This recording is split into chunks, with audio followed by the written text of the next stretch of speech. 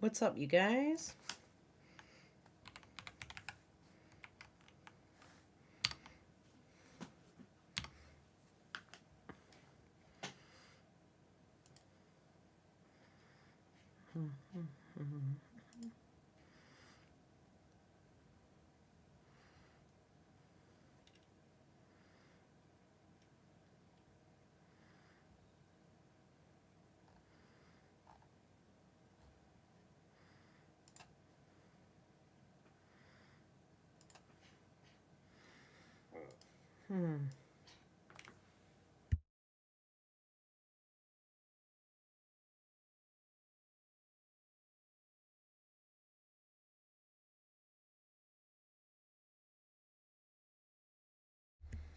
Cool, we got Mel and Logan. What's going on, you two? How you guys doing today?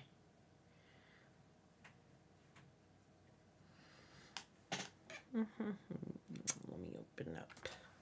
Well, looking for something.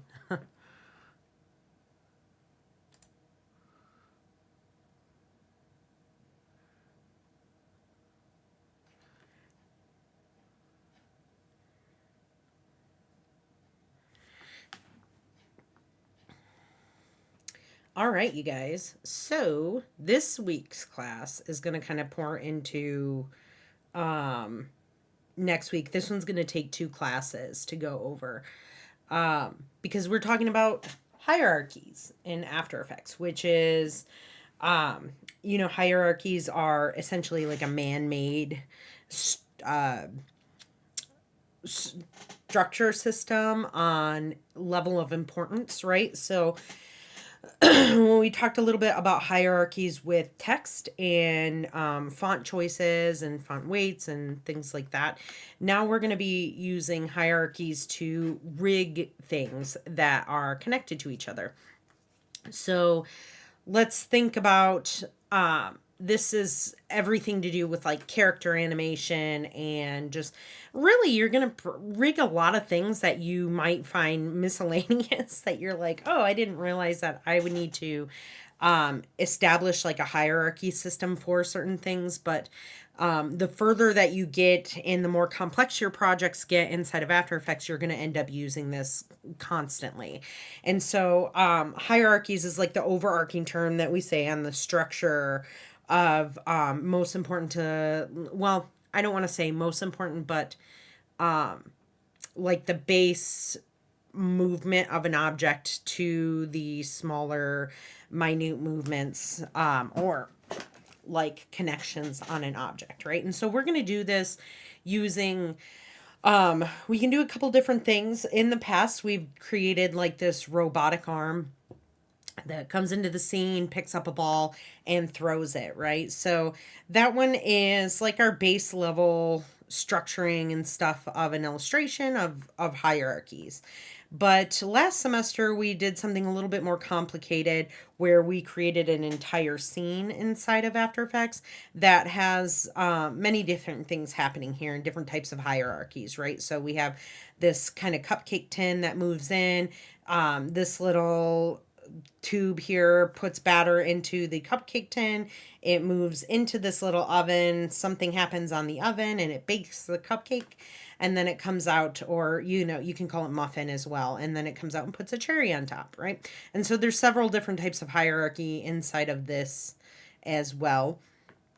And so we're going to be creating that for this project. Now, when you guys go to pick which one, because you can choose to either do the robotic arm or you can do the assembly line. I like the assembly line. I think it's a little bit more of a completed illustration, but I'm not going to knock you guys for picking one or the other.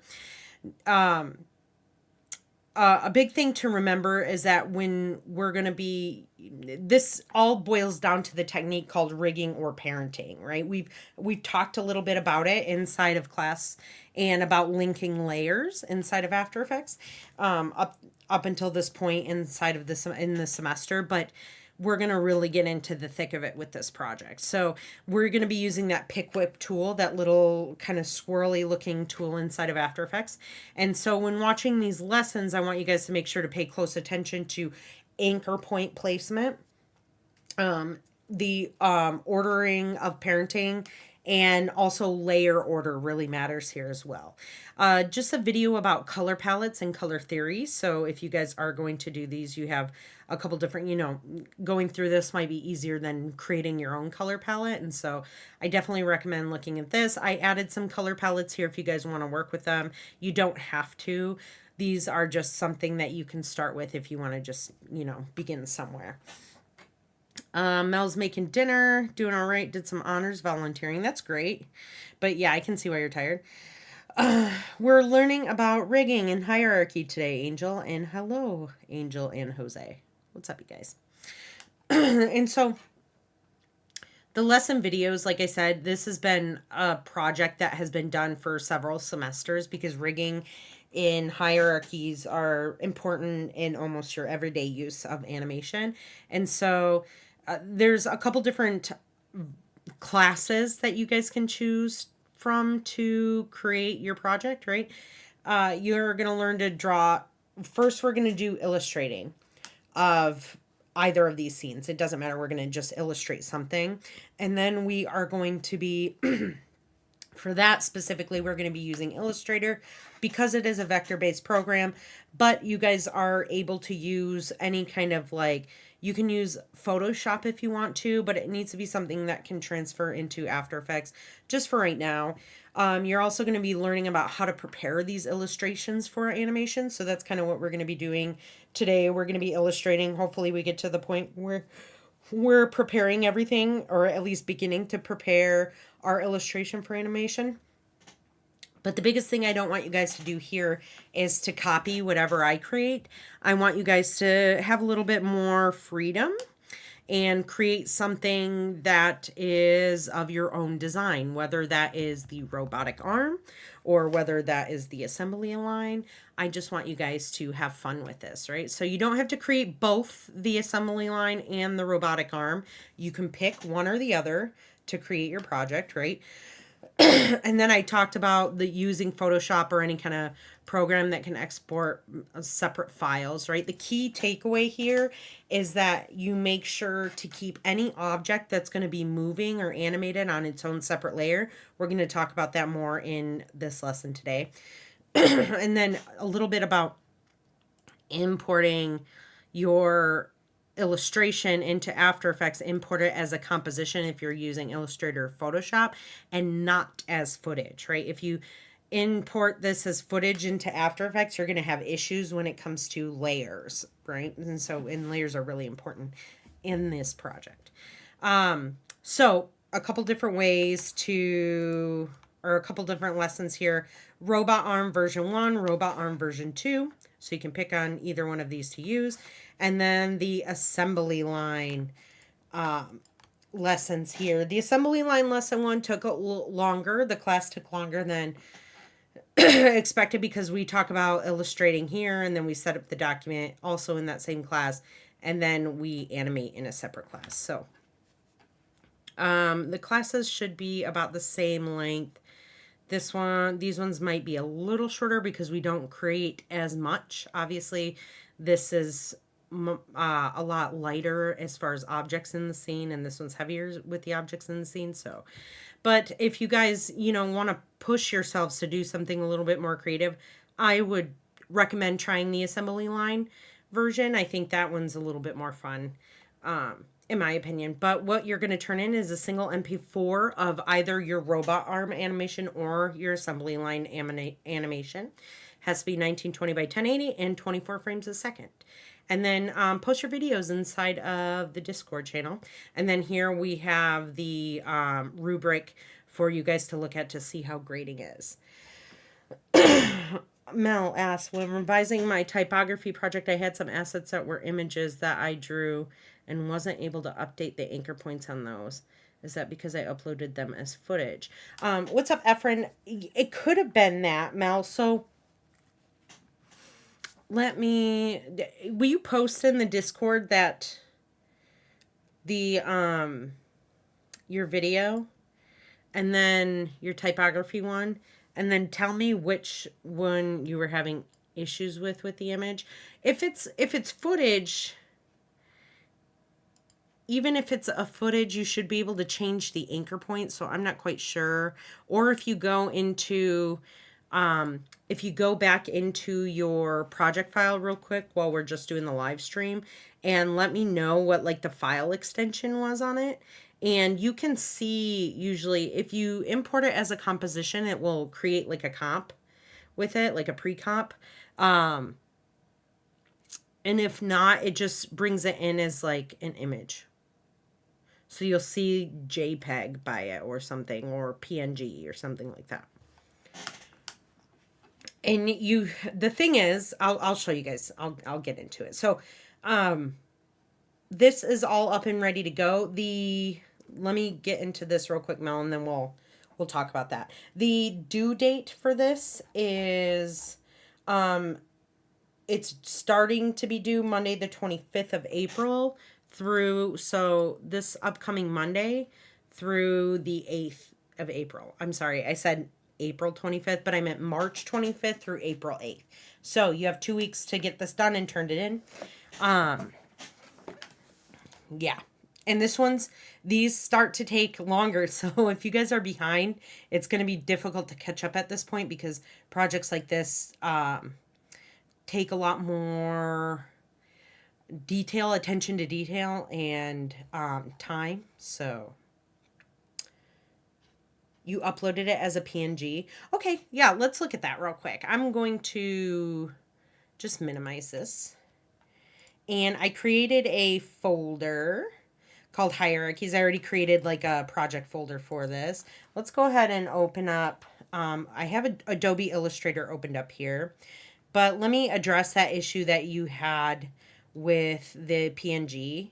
So let's open up After Effects real quick. And I'll show you where the issue is. So can you see the anchor point on it, Mel? On the image? And also, does it have a transparency layer? New project. Let's save it as,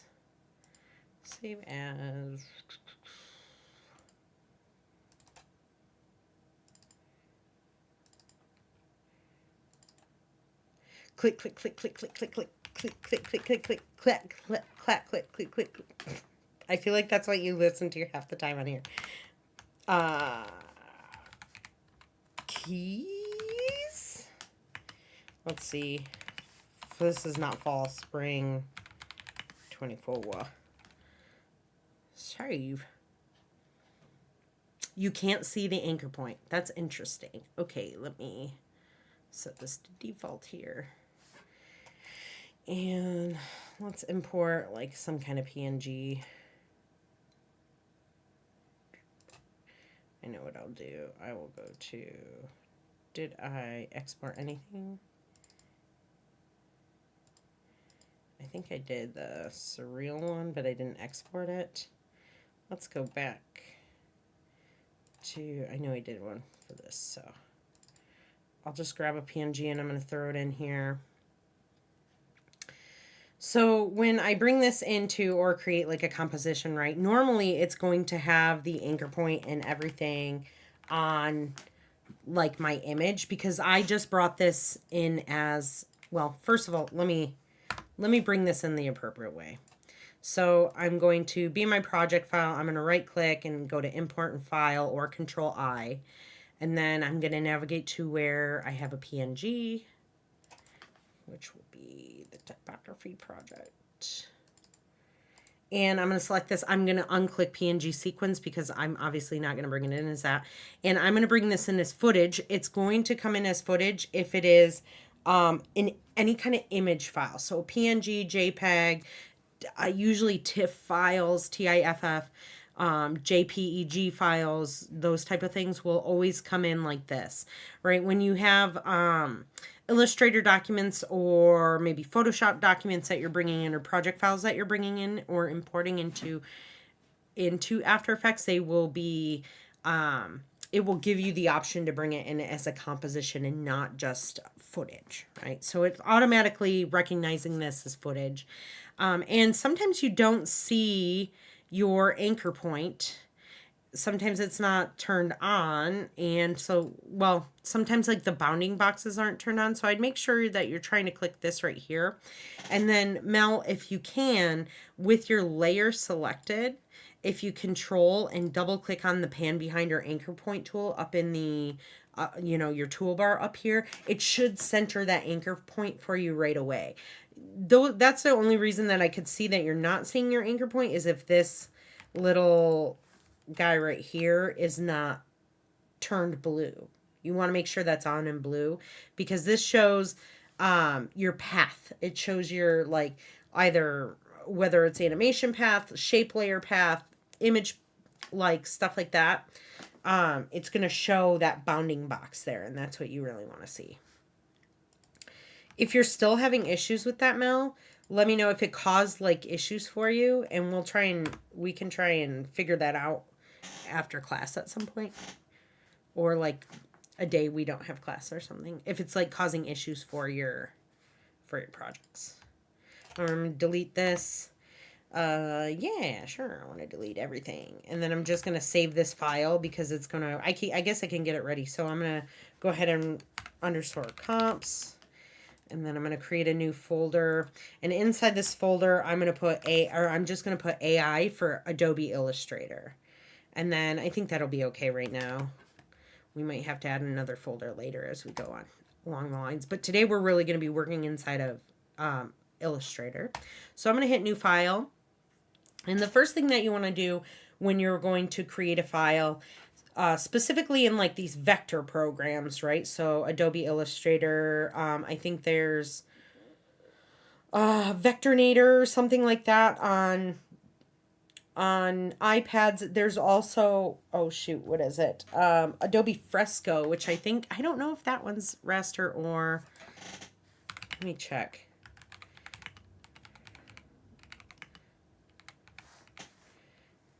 If it's vector or raster. Yeah, it's a vector program. So if you guys have an iPad, Adobe Fresco will work on your tablet. So that's a vector program. So if you're using any kind of vector program, I suggest you can create it at the film and video preset here, which is also, if you look, it's under here as well. You can click on that. You can also just change this to 1920 by 1080, making sure that it's in pixels right here, and that your orientation is in landscape mode and not in portrait mode. So just making sure the 1920 width, 1080 height, portrait mode, pixels, and then RGB. Sometimes it will say CMYK or it'll default to CMYK. CMYK color modes are for printing pictures and stuff. It's not for screens necessarily. And so you always want to be in RGB mode for the screen. And then raster effect, having screen 72 pixels per inch is just fine for a screen. If you're printing, I would suggest otherwise, but since we're not, just having this at 72 is perfectly fine, and you can hit OK. Now, if you guys are using a raster-based program, so something like Adobe Photoshop or Procreate, or I don't know, there's like several different drawing programs that you guys can use on like tablets and stuff like that. So if you're creating something in a raster-based program, I suggest creating your images in 4K, because what we're going to do is work with them inside of After Effects in HD, so at 1920 1080. But what you'll have to do is scale your imagery down to fit within that 1920 1080 composition. But what that does is it allows you to have the ability to scale your imagery up more higher, like to go larger with it. Because if you're creating an image with a raster program, and you create it at the output that your video is going to be, right? So we're outputting our video at 1920 by 1080. Let's say you create something in Photoshop and it's 1920 by 1080. All your layers are. When you bring that inside of After Effects and you're animating things and you're like, oh, you know what I want to do? I want to scale this up, this this background up or this layer up. I want to scale it to be larger. As soon as you start scaling it, it's going to pixelate. Why is that? Well, that's because you created the image at 1920 1080 resolution, and so scaling it anything above that is going essentially above 100% scale. And so when you start to do that, it's going to cause pixelation and blurring of the edges of your imagery. And that's why I always tell people, whenever you're creating raster based images for animation, always go a resolution size up. So we work in full HD. I would recommend going into 4K and then drawing your images that way. And then when you bring it into After Effects, you're going to scale it down 50%. So then you're starting at 50% and you have a whole other percentage. You have like a half of it to go up larger if you need to. So just kind of pre-planning is really important when you're illustrating for animation inside of a separate program like Illustrator, After Effects, or I'm sorry, Illustrator, Photoshop, Procreate, Fresco, anything like that. Mel said, yeah, that was the problem. The logo mask and shape path visibility was not turned. The toggle mask, yeah. Cool. Yes, Angel, you can use Procreate. Just doing what I just said now is really important. So when you go to make it, make sure that you're doubling 1920 by 1080. So that's 4K. I think it's 30. Shoot, I never remember 4K's pixel size. And I'm terrible at math. So 3840 by 2160. Okay, you guys, I'm going to write this on the screen so that you guys can make it if you want to. Vector. Oh, that looks like crap.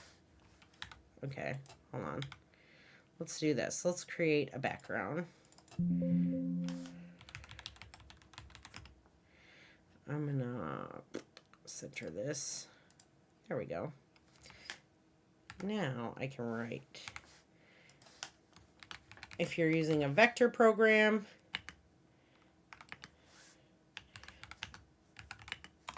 draw, well, file here, file size, getting used to a new keyboard, sorry guys, 1920, it's a little smaller than what I'm used to, by 1080. And then if you're doing a pixel program, or raster, let me see, raster,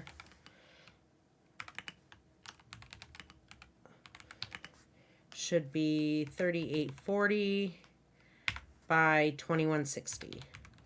So if you're illustrating something inside of Adobe Illustrator or inside of Fresco, use the vector format, right? And create your file size at 1920 by 1080. If you're using a raster-based program, which would be something like Photoshop, Procreate, any other pixel-based drawing software, please create your image files at 3840 by 2160. Okay. The project file inside of After Effects is still going to be 1920 1080, but I want you to draw your illustrations at 3840 by 2160. So, let's kind of start on this. What can I do with Procreate? Oh, you can draw all sorts of stuff. So I don't know if you've used Procreate before, but it's very intuitive as far as a drawing program. You have brushes, you have separate layers to use. There's lots of Procreate tutorials on YouTube that you can watch, like introduction to Procreate, so that you can just get started drawing, and it already has a lot of brushes. The only thing, right, is that this is only for iPads. Procreate doesn't come on any other tablet. It also costs money. It costs $20, but that's for a lifetime of upgrades, so you only have to pay once for it. You never have to pay again until they create like some kind of new, like I'm sure at some point they'll create a new software, but they just created Dreams, which is an animation software, but we're using After Effects for this specifically because I'm not, unfortunately Dreams just came out last fall, and so I'm not fully up to date on that. I have a class that I'm taking in the middle to learn Procreate Dreams a little bit more, but it's very similar to Procreate. So if you're comfortable in Procreate, you could probably switch over to Procreate Dreams and feel very comfortable quickly in that program as well. You can illustrate the entire robot arm in Procreate, Angel, but you can't animate it in Procreate. We're going to animate it inside of After Effects. So, but if you want to create it, the concept is the same, right? So when it comes to hierarchies and rigging or animating, you guys are aware right now that separate layers, like there's whatever layer, whatever you want to animate has to be on its own separate layer. So let me show you guys kind of an example. I know there's images online that I can grab for you.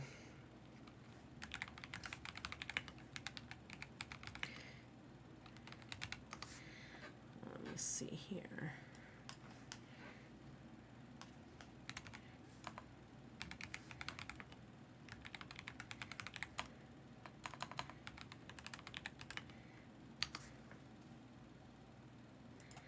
Let's just go to, that's not what I want.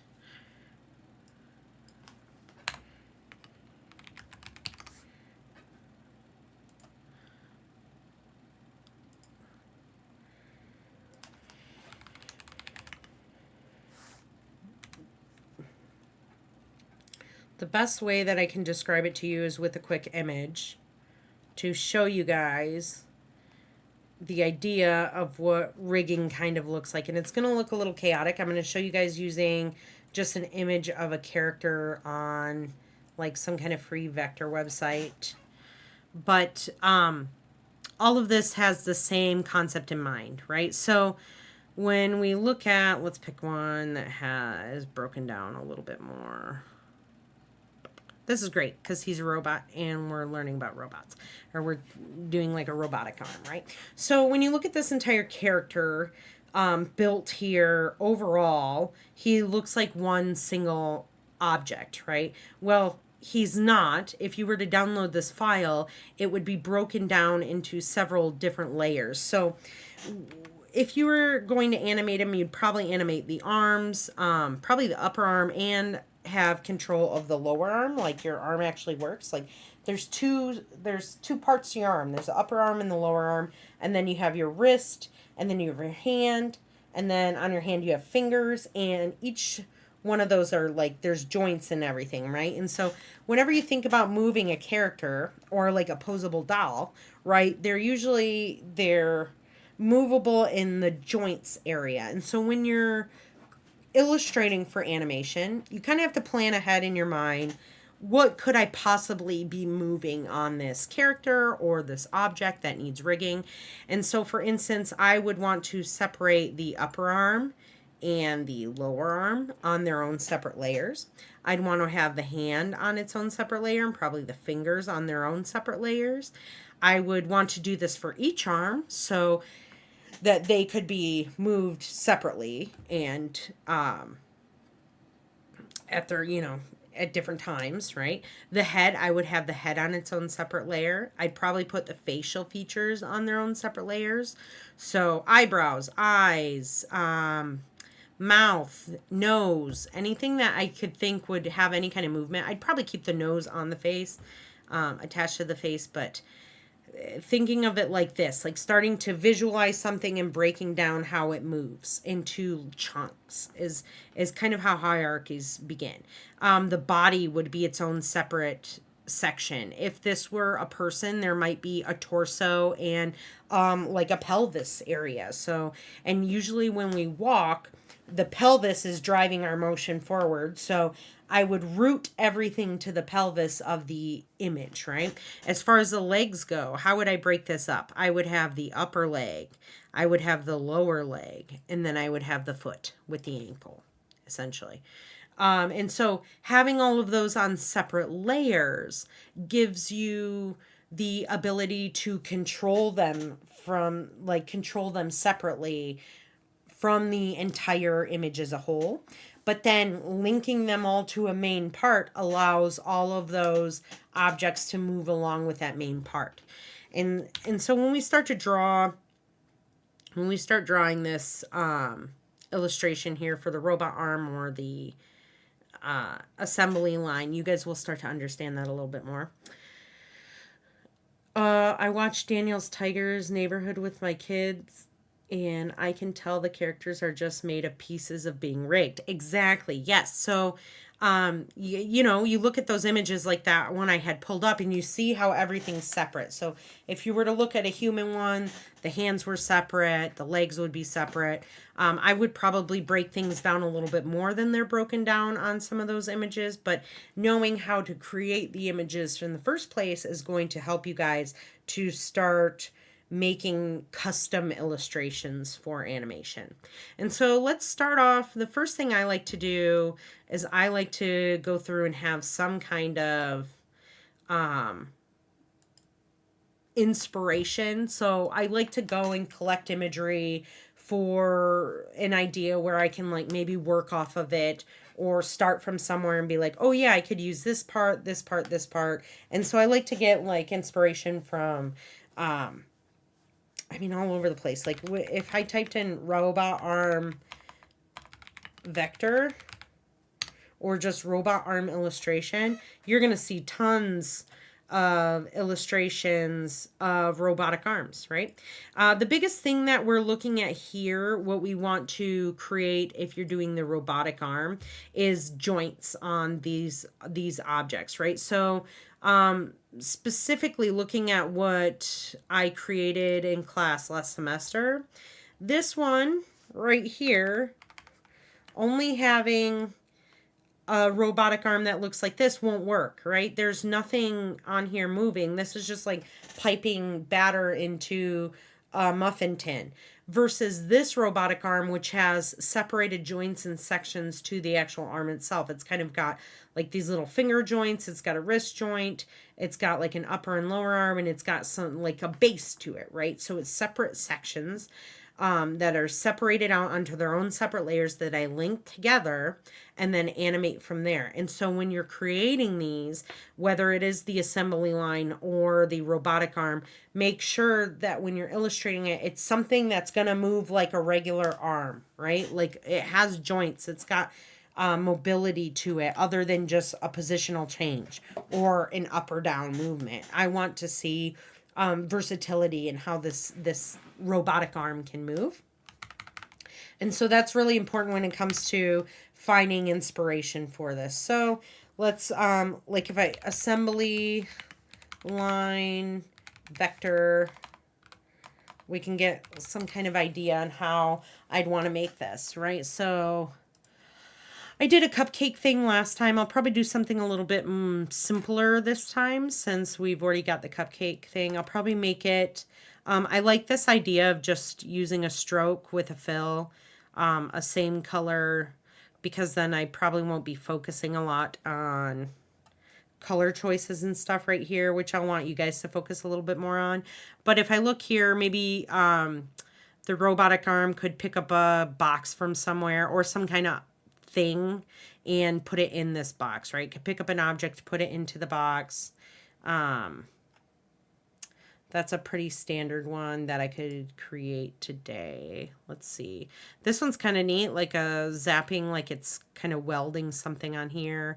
You could create one where it's not on the ceiling or on like some kind of rail. You can do it where it is on the floor here. So kind of like a mix between the two projects, and this could always move in to the scene. That's kind of neat. Maybe we have, all right, cool. So I'm gonna do another kind of short assembly line looking thing, and I'm probably going to do it with a stroke illustration. In the before, obviously I did like a regular vector look.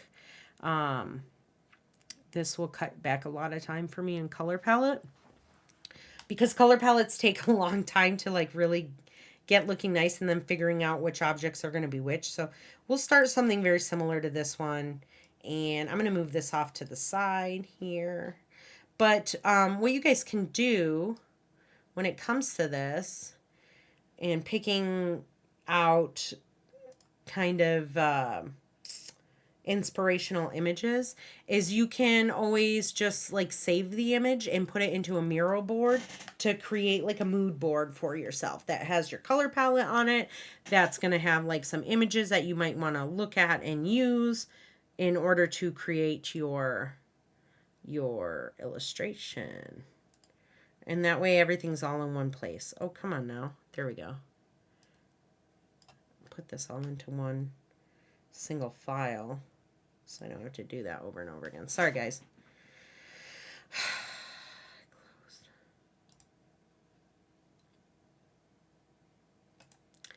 I think my brain's going to a little have ahead of itself at the moment.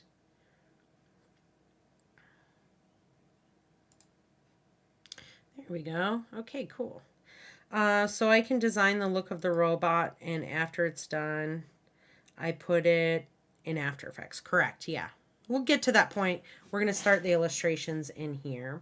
So the first thing that I'm going to do is, I'm going to shut my camera off probably because we're going to be utilizing all of the software. And here I have my Illustrator file all created.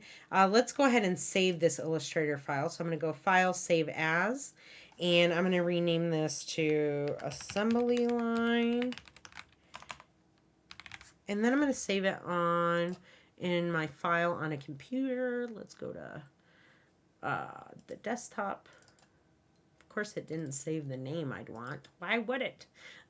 Under Assets, I have a vector file. I will save that under this. You can always create a different folder for any kind of raster-based illustrations you guys have.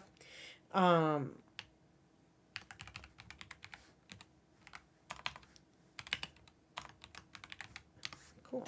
Let's save that. I'm just going to hit yes here. And we're good to go. Now, over here, it's very similar to when you're looking inside of Illustrator, it's, familiar as far as kind of layout. You obviously have panels and toolbars all over the place, and you have your layers over here on the right hand side. Now let's see if this actually, if I can go back to a standard layout. Workspace. Essentials Classic, I think, is the one that automatically comes up. You guys will not have this. This is just a plugin that I use. In fact, I'm going to make that smaller there. But you will have over on this side, you'll see your panels or your layers option here. You have transparency button here. If you want to make this bigger to see all of these, you can press the little double arrows at the top and it'll bring this out. So you have a color option, color guides here.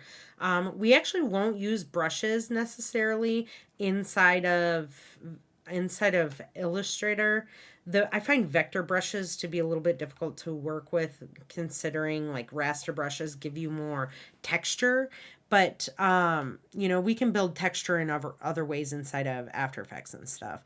You have stroke options. So you have your stroke width. You have a gradient option, transparency as well. So I encourage you guys to kind of look through all of these different tabs, or all, like, you can just hover over this and it'll tell you what each one of these little images is for. Same for over here, right? So we have like general tools. We have a selection tool. We have a direct selection tool, which allows us to select the vertices on a path to update path. You can use the pen tool. We have a text tool. This right here is the shape building, like the shape tool. And if you notice, there's again these tiny little triangles next to some of these icons, which means if you hold down with your mouse, hold down a left click and then let go, you'll see there's other options within this as well. So lots and lots and lots of tools inside of Illustrator to use. Down here we have our color like our fill and stroke options, so we can change these if we want to. This is your solid, and right here behind it is your stroke color. You can alternate by just clicking on either one of those, or you can click this little arrow right here, which allows you to swap colors, right? So here my fill is white, my stroke is black, but I wanted my fill to be black and my stroke to be white, I could just flip it this way.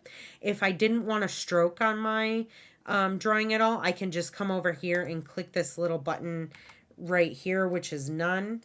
Right here is just a solid color, and this one is for gradient options. So if I wanted my, let's say I didn't want a stroke and I wanted a gradient fill, I would click on the fill, and then I would click this gradient, and then it gives me the gradient option. I can come over here to on the right hand side to this gradient panel and adjust my gradient as needed there. I'm probably going to start with, let's just start with a, let's see what color I want to work with. I like the idea of having a white stroke. So I'm just going to create a couple boxes off to the side, holding down shift. I select my rectangle tool here. You can also hit M as in Mary on your keyboard, and that will grab your like rectangle shape tool. And I'm just going to create this little box here with a white fill. I'm going to hit V on my keyboard to grab my selection tool. And if I hold down Alt, you notice that when I have first of all, you want to have an object selected. And then when you hold down Alt, you're going to see that there's like these little double arrows that show up on your, over your shape. And if you click while holding Alt and drag off, what that does is it creates a copy for you. Now these copies, if I go over to my layers panel to the right, they are all on one singular layer. I have one single layer over here. If I click this little visibility icon, if I turn this on and off, it shuts that layer off. It in fact shuts the transparency off the entire project file. But if I want to, I can always just add another layer, bring that down below my first layer. Layer order matters as well inside of Adobe Illustrator. Now I'm going to double click on this second layer. I'm just going to name this background. And we're going to pick a color. Let's double click on this. That's fine.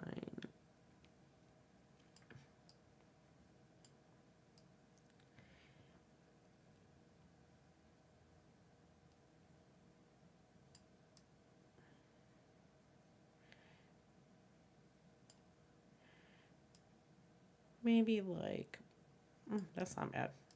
This nice kind of deep magenta color. In fact, I am going to create another box. Just holding down shift locks the shape for you. So if you want it to be a perfect square, you just hold down shift. And while you're dragging, while you click and drag to create your object, and then that will just kind of lock that into place. So I'm going to use like a white and like this magenta color. And so I want my background to be this magenta color overall. So I'm going to click on this rectangle tool again, and if I single click on my area, it gives me the option to put actual values in for this object, for this rectangle here. And because I know that my overall canvas is 1920 by 1080, I'm just going to type that in because it's going by pixels, because that's how we created our document. So I'm going to type in 1920 by 1080. And what that's going to do is it's going to create this big solid pink rectangle. And I'm going to switch over to my direct select, or to my selection tool, by hitting V on the keyboard, or coming up here and clicking this tool up in the upper left corner. And when I have my object selected here, I want to make sure that I actually drew it on my background layer. So it looks like I did. If I shut my background layer on and off, like turn on the visibility and off of the visibility, you notice that not only does this go away, but this goes away as well, which means that this purple square that I have is also on my background layer, and I don't want that. So I'm going to select this little purple. It's just for having a color palette up. I'm going to select this little purple square, and over here, if I look at my layers, you can see that there's this tiny little colored square that shows up on the layer, and that's just the selection color of the actual object. Like if I look at the object here, you can see that there's like this red bounding box around it. And if I grab this little box and I click and I drag it up to the next layer, it will move that object from one layer to the other layer. And so now if I turn the visibility off of my background layer, it's not affecting that little square anymore because it's now on this second layer, or this original layer here, which would be my color palette, right? So I can just name this like this. And I want to make sure, well, I'm going to turn my background layer on, and I'm going to select it over here in my layers panel. And then I'm going to select my actual object itself. And up here in the upper top toolbar, you're going to see like an alignment option here. And this is the same as you would see inside of After Effects or you know, anything that has an alignment tool. And so I want to center this in my actual canvas so that it's like my background, right? So I want to make sure that I center it vertically and then also horizontally. So I'm going to click these both, this one, the vertical align to center and the horizontal align to center. And that's just going to put that image perfectly in the center of my canvas here. And then I'm going to actually lock the background over here. In the layers panel, there's like this kind of blank row that, or column, that's next to the layer itself. And if you click on that, you can lock it. And then here's obviously the visibility toggling. And so this now means I can click and drag anywhere on the shape, and it's not going to move because I've locked it into place, right?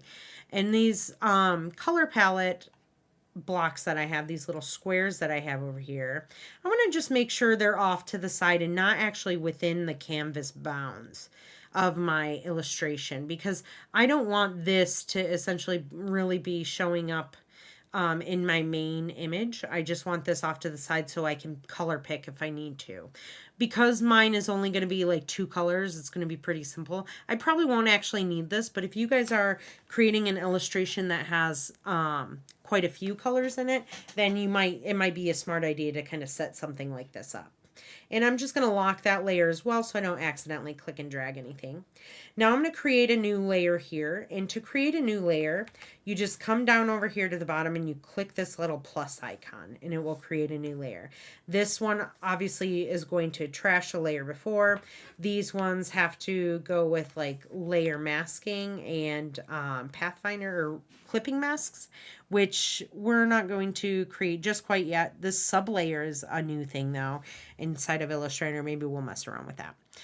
But I'm going to create a new layer. And this first layer, I'm going to name, if I double click on it, sometimes this pops up. Sometimes it will only allow you to change the text over here in the layer. Either way is okay. But you can actually, if you get into this layer options, you can change the color of the bounding box. So if you have a lot of them and they've defaulted all to green, or you're having trouble seeing it against the background, like this magenta might be hard to see against the background. If I create something, I can always change that color if I want to. But I'm just going to rename this one to, probably we're going to do the assembly line. So let's name this one Conveyor, because this is going to be like the conveyor belt that the objects roll across. And I want to create this kind of oval shape, right? Not necessarily, it's almost like a long skinny rectangle with rounded edges. And so I'm going to actually grab my rectangle tool. There's a couple ways you could do this. You can click and open the rounded rectangle tool if you want to, which we can use right now, or you can grab your rectangle tool. But I'll show you guys how to use the rectangle tool directly, because that I think will be a little bit more informative for you guys how to use. And I want to make sure that when I start to draw here, that I have my fill layer always to this purple, specifically because I am only doing 2 colors. And the reason I want to have a fill on here, you would think, why not just create strokes instead of, and not, why would you want the fill on there, right? I'm going to hit I on my keyboard and I'm going to create, I'm going to hit V on my keyboard. I'm going to select my fill color. I'm going to hit I on my keyboard, and what that does is it brings up an eyedropper tool, and I can just click on any color within my scene, and it will turn that color into your fill option. And then I'm just going to go to the stroke color, and I'm going to turn it onto a solid, and I'm going to double click on here, and I'm going to just bring this all the way up to the white. All right. Now, if I didn't have this fill color on my object and I just start drawing something, like I start to draw this conveyor belt, right? So I draw this kind of long, I'm going to make it extra long, and I'm actually going to maybe run this. Do I want to run it off? Maybe I don't. Let me make it a little bit smaller here. I'm going to just kind of grab one of these edges and click and drag it into a smaller section. And so I've got this object. I'm going to increase the stroke size. I can do that a couple different ways. I can come up here and increase the stroke size right up here. Or what I can do is I can come over to the right hand side. And there's like an actual stroke panel that you can change the cap, the way the corners are, lining your strokes differently. You can pick dash lines, so you have a little bit more options over inside of here.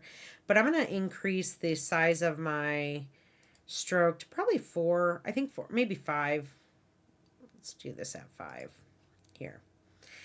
And so I created my like basic conveyor belt, right? Well, what if I wanted to draw that kind of object that's going to be here where the things are going to go through?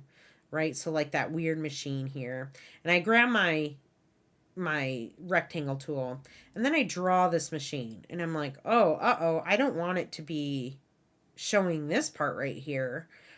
This part needs to be covered up by the machine section.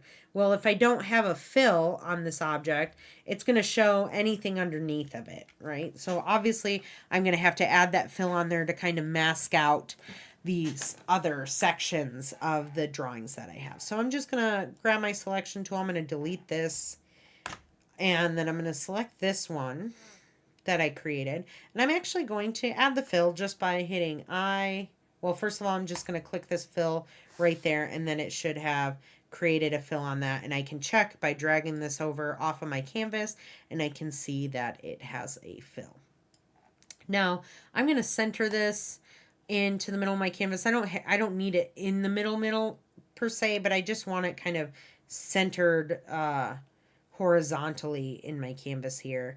And I am going to extend the edges of this. So I'm going to click on one side, and if I hold down Alt, it will scale this from the center of your object. If I were just to click and drag this out, it's moving and it's extending it from this section, but I've already got this centered and I don't want to lose that information. So I'm just going to hold down Alt, click and drag, and that allows me to center it or extend it from the center without having to recenter the object again and hit that over.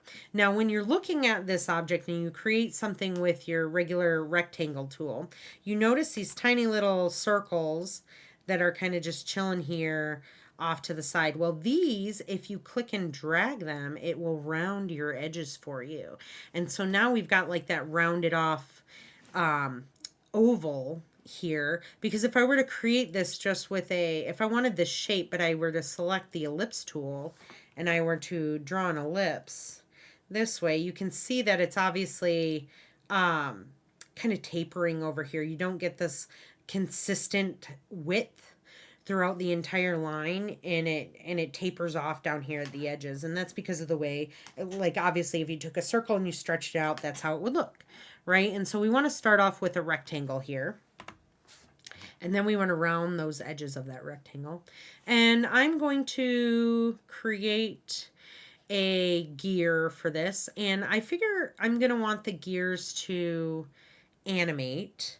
And so I'm going to really kind of want to put this on those gears on its own separate layer. I'm going to make this a little bit bigger here. And if I wanted to round these off a little bit more, I could just come over here.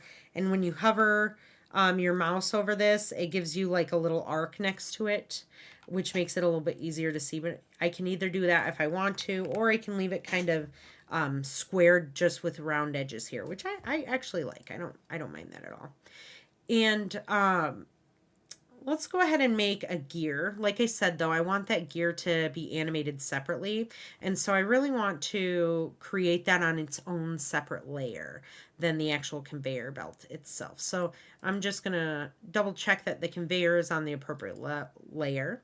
And then I'm going to create a new layer here. And I'm going to rename this gear. In fact, I'm going to rename it conveyor gear so I know specifically in case I make other gears later on somewhere else. Conveyor gear. And I'm going to lock that conveyor belt here so I don't move it around. And on this conveyor gear layer, I'm going to go ahead and actually select my ellipse tool. And I'm going to start to draw an ellipse, and I'm going to hold down shift, and that's going to create a perfect circle versus if I just hold, just click and drag, it creates more of that oblong oval shape, which I don't want. I want more of a perfect circle. And I'm going to make this bigger, just starting off so that I can kind of size it down to fit into this conveyor belt after I'm done working in it. Now, obviously, the benefits of working in vectors that I can zoom in super, super close, and it's always going to be sharp edges, right? So that's not a problem, but I don't want to zoom in too tight all the way here because I'm going to be zooming in and out constantly. I would rather just create it large and then make it smaller. So I'm going to create this circle right here. And then I'm going to, I want to create another circle that's going to be like the center for this, but I don't have to create another circle separately. What I can do is if I hit my V on the keyboard for selection tool, I can select this and I can hit Control C for copy. And if I hit Shift Control V, it's going to paste an object in place. Whatever I just copied, it pasted in place. So if I move this, you're going to see that there's obviously another copy right underneath it. Well, I want to keep this in the center, this circle, right? This gear is going to be like the inner workings of the gear. And so I don't want them to be misaligned. I want them all to be center aligned to each other.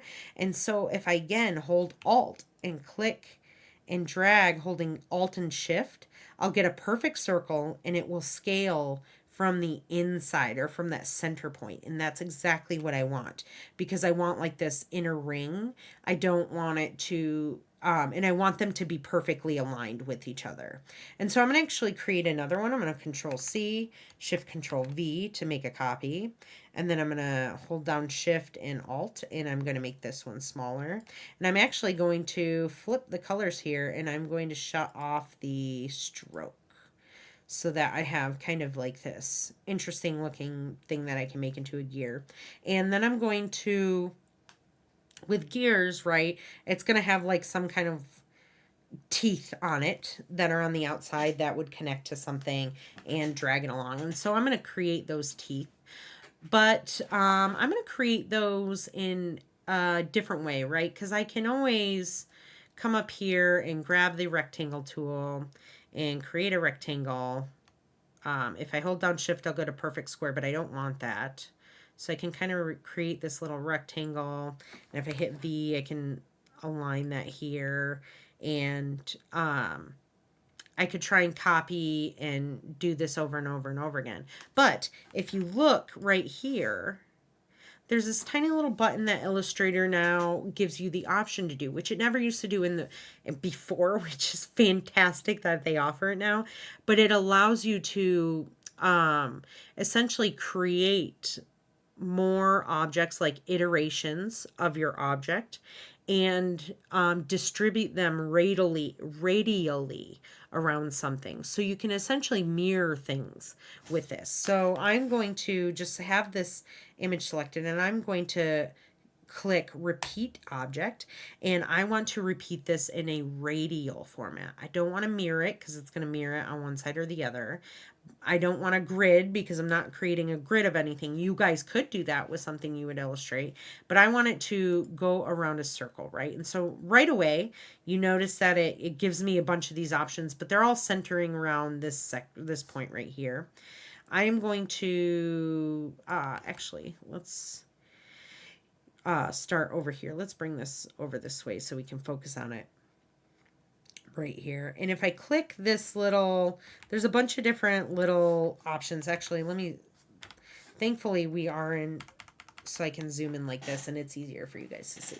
There's this little button here, or little icon with two arrows, one on the top and one on the bottom. And if I grab that, you notice it says instances next to it. That's going to change the amount of instances of that object that I have around this radial repetition, right? And so 8 is pretty good. When it comes to creating a gear, you're going to want something that is, you can pick something that's not as even, right? 7 kind of looks nice because being the odd number, it kind of gives more of like this varied look around it. And I like that. You could pick an even number, you can pick an odd number. When it comes to gear, it's not going to be a big deal. The biggest thing is mostly, is just having enough to go around the object, right? And so if I click this, this section right here, there's this little circle that's connected here. And if I click and I drag that, that's obviously going to change. Essentially, if there was an anchor point in the center here, it'd be changing how far these objects are away from each other, right? So I'm changing that repetition circle size that these instances are around. And I can rotate these. I can click and drag and turn it around, or I can bring it tighter into each other or much further apart. And so this is what you're going to want to do when it comes to putting these around your actual gear here. Now this little button here, right? There's this tiny little thing where it's these icons on these half circles. And if I increase the amount, let's increase the instances, or actually let's do 7 and see what happens when I move this. I think what it does is it's where you can kind of shut some of them off if you wanted to. So if you don't want it fully around, like radially around an object, you can move these little things, and it will these little like half circles with the arrows, and it will change which ones are visible or not. Now, as far as this tool importing this same exact imagery into After Effects, it will not work. And so what we need to do is you're going to want to create this and get it the way you want it first, and then we're actually going to turn it into separate objects so that it's not one singular object. So but when you do that, it's going to lock that into place. So you want to make sure you get everything created the way you want it first before you go ahead and do that. So I'm going to, first of all, scale these up, right? So that they're kind of around the edge here. I want to center this with the gears. So I'm going to, if I click off and drag and select all of the objects that I just created and I center them to each other, clicking the horizontal align center and the vertical align center, it will align those for me. And then I can just select these gear things that I created, and maybe I want to make more instances, right? So maybe I'm going to make 11 here, which looks a little bit better. Now, I also don't necessarily like that these are solid colors on top of my gear, right? I kind of want these to be behind, and I want the edges to be rounded. So I'm going to select, in fact, if I double click on here and I go to edit path, and you see these tiny little, first of all, let me kind of explain what happens. When you double click on any kind of objects that are grouped together, or using, you know, a specialty tool like this, it will create like this transparency grid around everything else. And if you look up here, it will tell you what you're selected in. So it's kind of going into a nested sequence. And so right now I'm within the radial repeat. And because I'm selected on the main object, if I click here to round these edges, it will round all of my instances as well. And you're going to want to do that before you solidify the changes here, which I'll show you how to do in a second. The other thing is that this is on top of all the rest of these gears, which I don't want. I actually want this to be behind everything. There's a couple ways you can do this. If you are selected on the objects and you right click, you can go to this option that says arrange here. And under that arrange thing, there's options to change where you have it. So you can bring objects to the front, which is essentially layering it on top of everything. You can bring it, but this will do it all the way. So if there's something way in the back that you need to bring all the way to the front, you can hit Shift Control and closed square bracket, and it will bring that all the way to the top. If you just want to bring it one or two sections above, you'll just hit the Control and the closed square bracket, and you don't hold the Shift. Same as for sending things backwards, right? So I want to send this, it's all the way on the top of all these images. I want to send it all the way to the back. So I'm going to hit Shift Control open square bracket.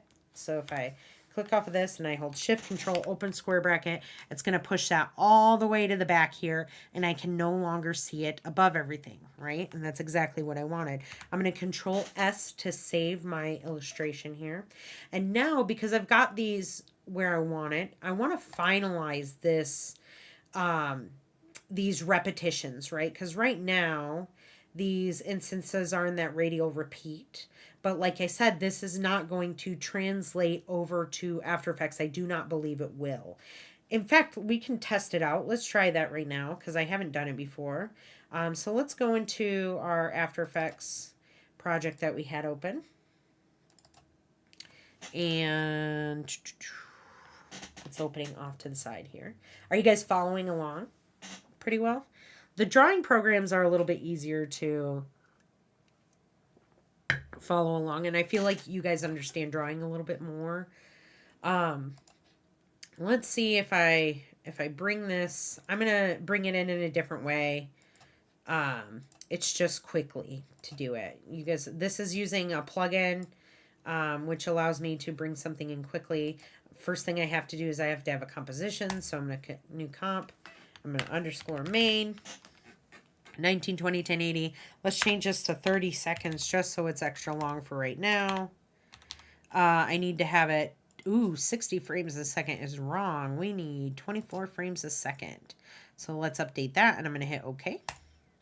And then let's see if that translates over. Let's see if I'm going to push this into here. Let's see if it comes in.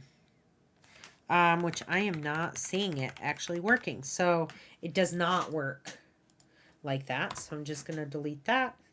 I'm going to, just because I have it set up already, I'm just going to save this and close out After Effects because we're not using it just quite yet.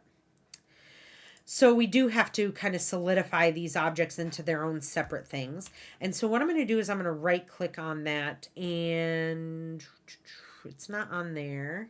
I'm going to select this object, and I'm going to go under object up in the top like menu bar, and down here I am going to select path. Let's see, shape, convert to shape. Let's see if that works. Object not converted. Isolate, selected, repeat. Let's see, is it different now? Let me just look through my notes and see.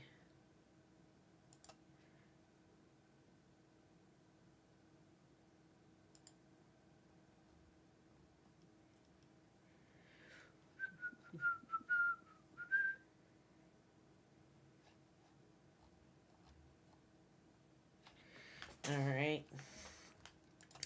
Let's see here. Object. Expand. Expand object and fill. Okay. Ooh. All right, that did it. Okay, so let me slow this down and go back and redo this for you guys. So instead of going to, you're going to select the object with your selection tool, and you're going to go to object, and you're going to click on expand right here, which is also shift control forward slash. So I'm going to hit expand, and we're going to want to expand both the object and the fill, right? So I'm going to hit OK. And what that does is it creates those into separate shapes. You're going to see they're all like separately shown here. It looks a little bit different.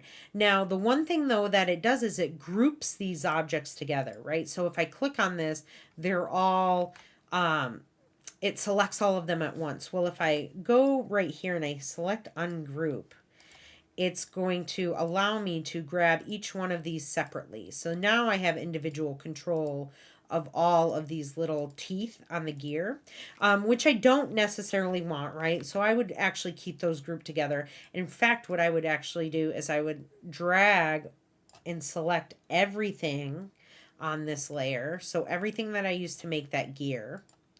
You can do it in another way as well. If you come over here to the layer and you select this little blue dot right here, if you click that, watch what's going to happen to my layers. It selects everything that's on that layer here inside of the layers panel. And I am going to come down, oh, cancel, not want to do that. Down here on this little bar, it gives you the option to group your objects. So I'm going to group that all together. So now if I click off and I grab this and move it around, it's moving as one singular shape. If I go to rotate this, it's going to rotate as one singular shape. And that's exactly what I want it to do, right? And so we're going to actually repeat this object inside of After Effects itself. So I only have to make one of these at the moment, which makes it a lot faster work, right? I don't have to bring this over and over and over and over again over here. I just have to create one. And I'm going to make this a little bit smaller just by holding shift and control and dragging that down. Now, what you're noticing, right, is when I did that, the strokes width is still remaining the same. I don't mind that. It doesn't bother me. What I'm going to do is I'm going to control plus or minus allows you to zoom in on your canvas. And I am going to select on this object here that I just created, the conveyor gear. And I'm going to ungroup it for right now that I've got it the size that I want. And I can select this now and maybe make, what you're going to notice is if I go over to my stroke width, it still stays at 5. Well, maybe I want to drop that one down to 2 or 3 as far as the stroke width goes. So they're not the same all the way around. And then the other thing we notice is that it really rounded off all of these little teeth here, which if I control and go back in, isn't terrible, but it's not exactly what I wanted to have. And so if I grab the direct selection tool right here, which is this little white arrow, you can also hit A on your keyboard. That will bring that up. And if I click, it'll show these little rounded option things, and I can click and drag that outwards, and that's going to square off my object a little bit more. Again, if I click and drag these inwards, it's going to round it, but if I go outwards, it's going to square it off, right? So I just want these slightly rounded off, not fully round there. And now I can just click and drag on all of this again and group that together, and it looks more like I was going for. I'm going to control S to save, and I am going to move on to creating the robotic arm. Let's start on that. Let's create maybe a couple of those. So I'm going to lock that gear into place right there. Again, we'll create more of these when we bring this into After Effects. And I'm going to create a new layer, and this layer is going to be the first robotic arm, and I'm going to name it to robotic arm 1 underscore base, because I might make 2 robotic arms. So if I do that, I want to make sure I have these separated into named separately so I can pick them out right away. The one thing that stinks about inside of the layer panel within Illustrator is that you don't have the option to really group things together in here. At least you didn't before. Create a new sublayer. Maybe you could try doing that kind of stuff. Like I haven't created a new sublayer yet. Maybe I'll look into this a little bit more and we'll see what it does. But you can't like put these in folders, right? And that's kind of that's the only thing that sucks about the layer panel inside of Illustrator. But that's not that big of a deal, right? Because I can just kind of scroll around here and see. And then if I ever need this bigger, right? Because I'm going to have a lot of objects in here, a lot of layers. I can just, there's this little tiny little skinny bar here with hash marks on it, and if I just click and drag that down, I can extend this layer a little bit longer for myself. But let's go ahead and create that robotic arm base here. And so actually I'm going to create the upper rail, because the rail is going to be at the top here, and I will probably just grab my square tool. I'm going to create, I want it to look like this one down here, so I'm just going to hit I on my keyboard, and if I take, I is again for the eyedropper tool, and that just copies the fill and stroke parameters of whatever you're looking at. So when I clicked on this, right, because this has a fill and a stroke on it. In fact, if I just shut my background off, you guys will be able to see that. Because there's a fill and a stroke on this, if I just click on here, it's going to automatically fill in my stroke, and my fill color is the same, and it's automatically going to change my stroke to that 5 points, which is really nice because it makes it a lot faster. And then you don't necessarily have to have that color palette thing over off to the side. So I'm going to grab my, you can hit M on your keyboard for the rectangle tool, or you can just click and drag this. And I'm just going to click and drag this off and create a shape that kind of goes off screen. If I, again, turn my background on, I can see where the edges of my background are. And I'm going to make this skinnier, right? Because this is kind of like a rail that my object goes across.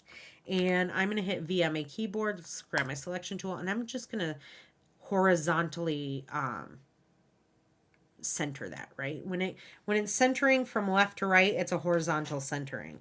When it's centering from up or down, it's vertical centering. And I'm just going to bring this down a little bit. Maybe my robotic arm isn't going to have to go so far down here. We'll adjust things as needed. I'm going to shut the background off so I can just kind of see these as it is right now.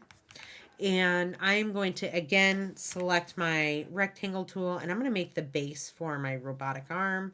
I'm going to create a new layer. Again, anything that's going to be separate or move separate needs to be on its own separate layer. I just get used to separating pretty much everything, right? So robot1 underscore base. And I'm going to create one up here. And it's just going to be a squared off section. This, by the way, shows your bounds of your canvas as well. These little green things. Your background might be a solid background. It might show the transparency layer like mine does. My Illustrator program is set to have a transparency background because I like to work in this mode. So if you guys don't like to work in that mode, you can go under under Edit, and under Preferences, and under General. And I think that it is under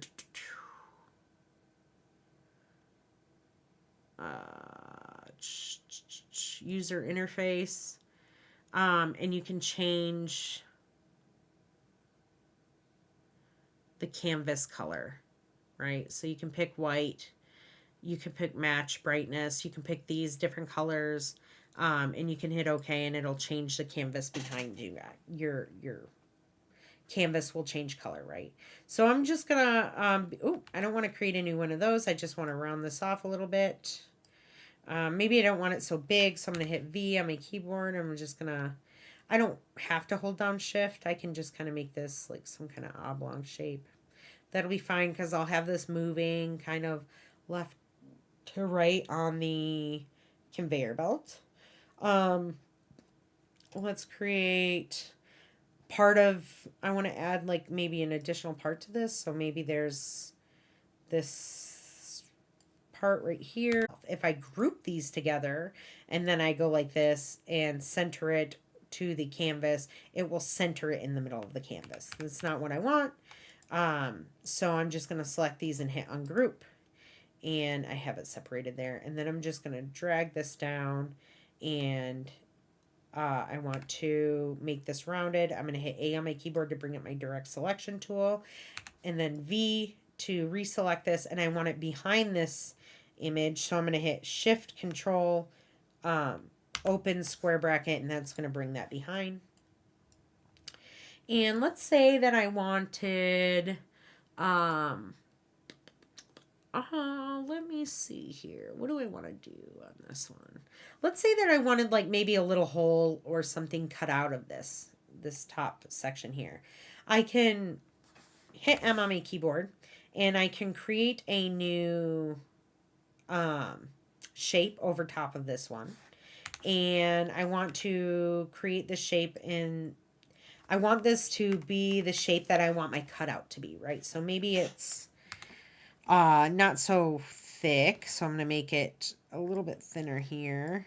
All right, let me grab this and do this again. It's not going to let me do it. All right, let me delete this and try it again. Grab my shape builder tool or shape tool, and I'm going to create kind of a skinny looking rectangle. I'm going to round that out.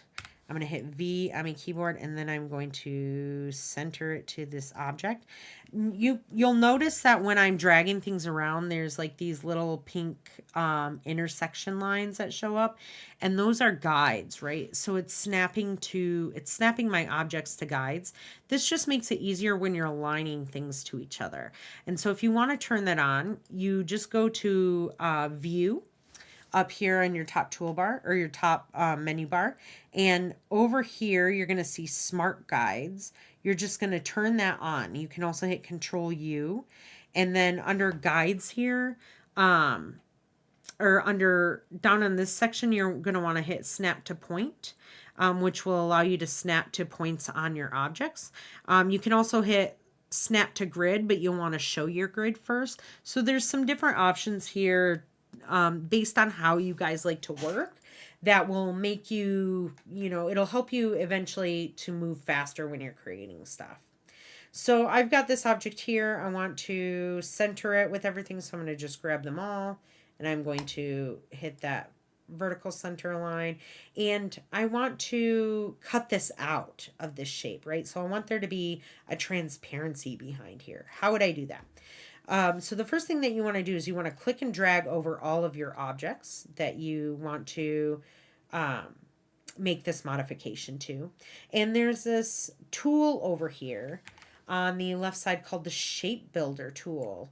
And what this does is it allows you to combine and create new shapes by just kind of clicking and dragging to create the new shape before. So before you would have to use something called a Pathfinder tool. This makes it a little bit easier, right? So I'm going to grab this Shape Builder tool, and when I'm selected over all of these objects and I drag the Shape Builder tool over, you can see that anywhere there's an intersection of paths along these shapes, it gives me the option to either combine those together. It like changes this like kind of gridded pattern shows up over it, right?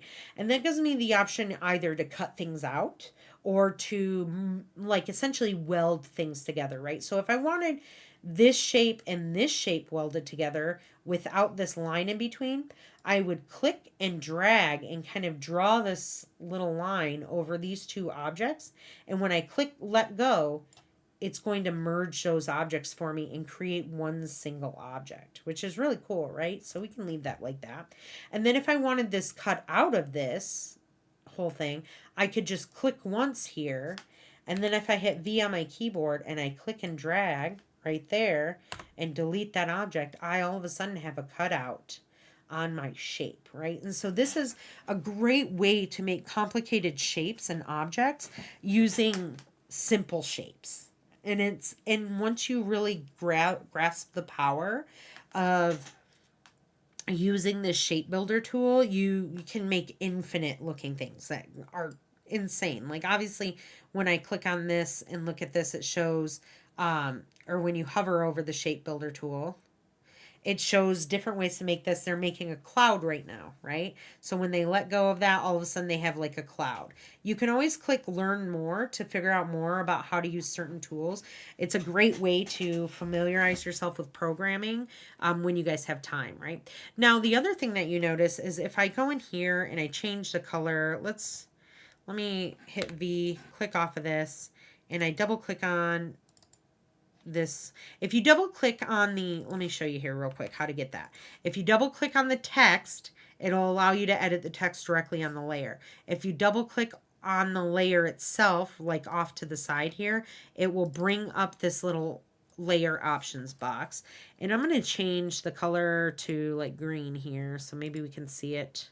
Maybe the teal will look a little bit better. So when I click on this, you can kind of see the path a little bit more. So there's this like line path right here. Now, if I hit A to grab this direct selection tool and I zoom in here, you can actually see that I can grab, if I click singularly and grab a vertice, I can click and update objects and shapes. I can update their vertexes. So I can also change the shape of other shapes that way, right? Because all of this whole entire thing has several different vertices on it. So if I wanted to change this way and make this shoot out, I can hold down shift and select both of those vertices and drag them over this way. So another way to kind of manipulate shapes here. But I'm just going to drag this upwards here. Maybe that stays up top. And let's see here. What else do I want to put in? Let's create the actual arm itself. So we've got the base. This is all the base here. And I'm going to create a new layer. I'm going to lock that base layer. And this other one, I'm going to say robot one underscore upper, right? For the upper arm or upper joint of the arm here.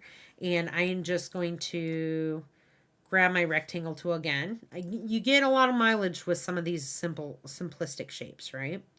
And I want to, if I hold down my space bar and I click and drag, it allows you to move across your canvas here, which is really cool.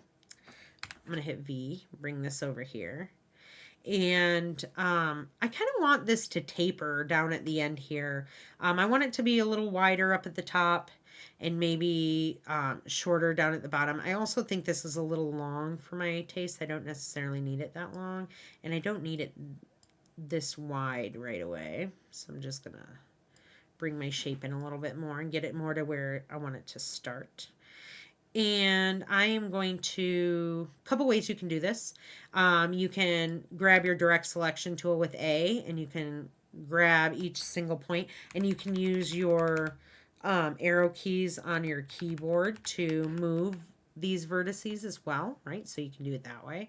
The other thing that you can do is over here, there is the, which one is it? Okay. Under this scale, there's a scale tool right here, but if you click and hold, you get the option to use the shear tool or reshape tool. I think it's the reshaping tool. You have to make sure that you're selected on an actual object. And let's try this one. Let's do the reshaping tool. What does this allow me to do?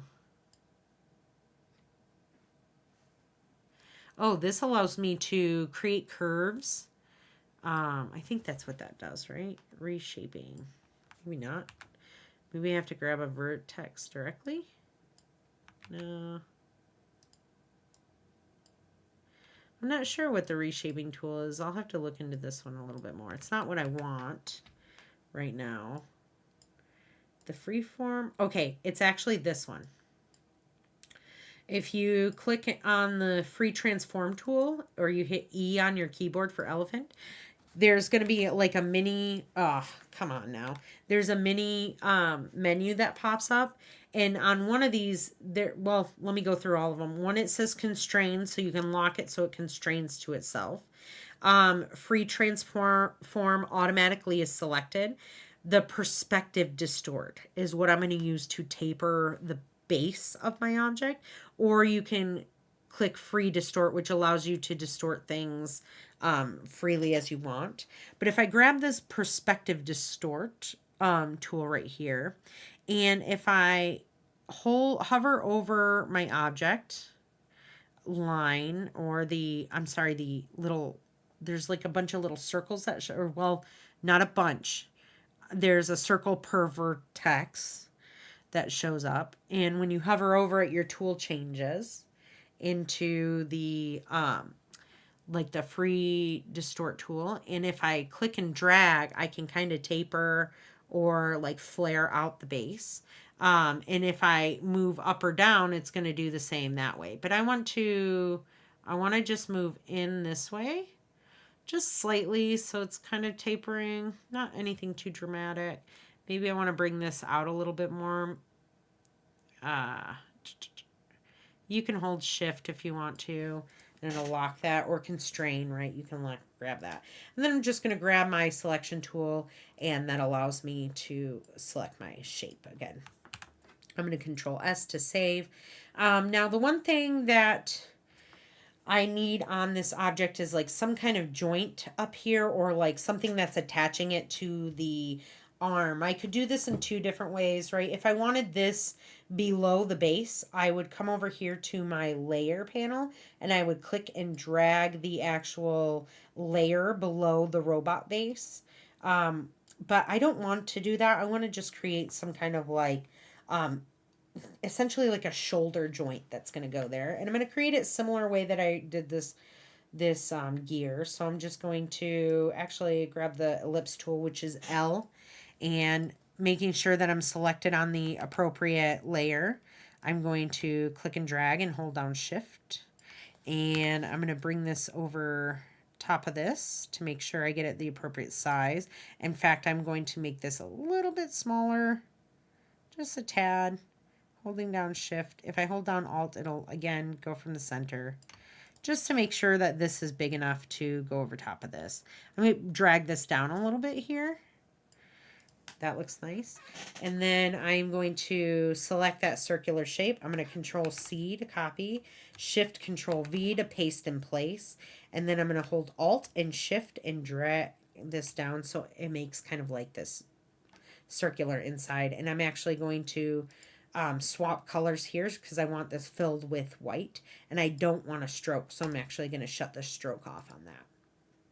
And now I'm going to grab that circle that I just made and the circle that I previously made, and I'm going to group those together. And then I'm going to grab the arm, the upper arm part, and the circle joint, the shoulder joint that I made, and I'm just going to align those to each other, right? So I'm just, and I pretty much know that I'm aligned with them based on those little guides that show up, but I always just double check everything so that now if I were to grab this and rotate it, it would rotate with everything. But now that everything's all on this one layer, I can select all of these and group them if I want to. So I'm going to select everything on that layer, and I'm just going to hit group, right? And then I'm going to create a new layer. And on here, it is going to say robot lower, robot 1 underscore lower. And I am going to essentially repeat what I just did there. So let's create like this joint shape. So kind of like your elbow joint. I'm going to create a circle. I'm going to Control C, Shift Control V. If I just wanted to paste it somewhere, I would hit Control C and then Control V, and it just pastes it randomly on that layer on the canvas. But I don't want that like that. I want it pasted on top, so Shift Control V. And then I'm going to select V to grab the shape tool or the selection tool, and holding down Alt and Shift, I'm going to drag this in, and again switch the colors and shut off the stroke. And then maybe we could do something a little bit more interesting on this one. Let's see here. Let's make this a little bit smaller, holding down Alt and dragging in. And then maybe I'm going to put like some little circles, rotated circles around there. So I'm going to actually grab this one and I'm going to copy and paste, just copy and paste anywhere. And then I'm going to make this small like this. And, oh, I didn't mean to rotate it. I'm going to grab this and maybe set it here. And I'm going to go to radial repeat. And I want to drag this circle up, right? So I can make it so it repeats around like that. Maybe I increase the instances to 10. And then I'm going to bring this down here. It looks like I just have to drag this down a little bit further so that they're not so spread far apart. That looks about good. And then I'm going to select all of these together, click and drag, and I am going to center everything to each other. And now I want to select this radial repeat that I made, and I'm going to go up to Object and Expand, right? Expand the fill, expand the object. And so now I have control over all of these separately if I wanted to. But I am going to go over and group this together. I'm going to lock this upper robotic arm just so I don't mess around with it, right? And then I'm going to drag this over here. And I want to make it smaller, so I'm going to hold down Alt and just shift and drag this way. The one thing that I notice is I actually don't mind the thickness of this stroke here. If you don't want the stroke, if you want the stroke, let me rephrase this, right?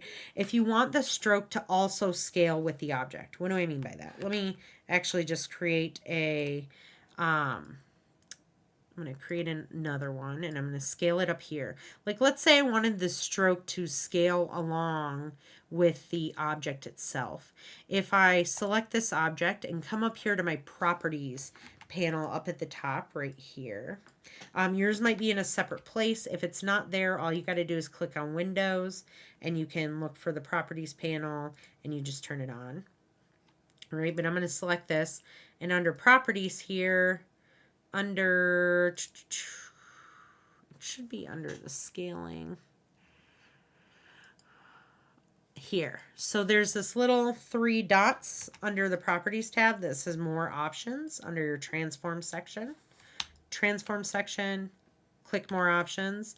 And then under here, it gives you the option you can scale corners or scale strokes and effects with the object. So if I turn on the scale, stroke, and effects, watch what happens to the stroke on this object when I make it larger.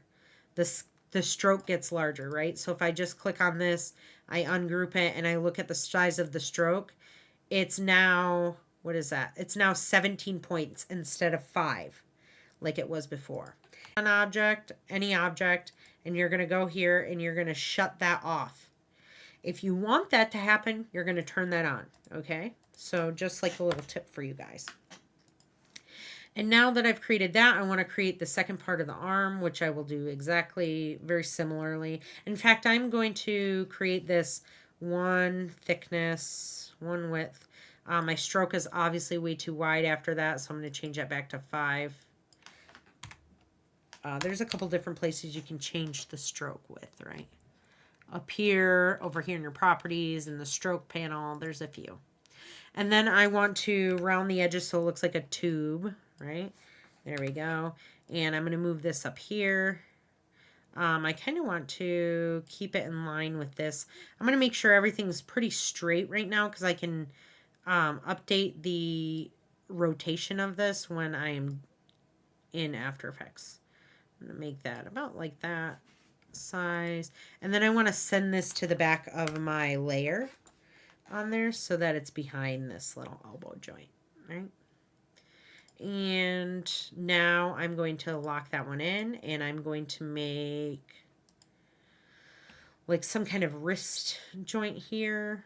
I'm going to save this. I'm just doing this very quickly for you guys.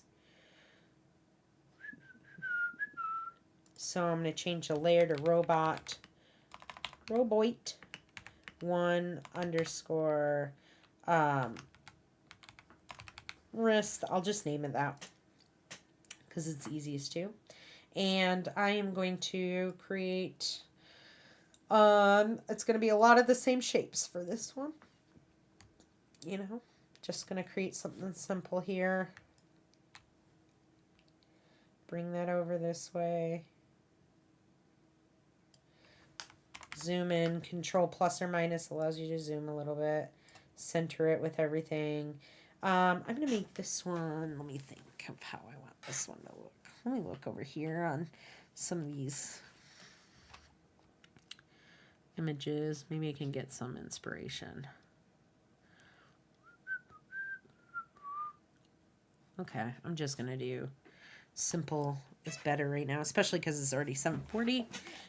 So I'm going to Control C, Shift Control V, and Shift Alt drag that in here. And again, swap the fill, shut off the stroke. And I'm going to select these and group them.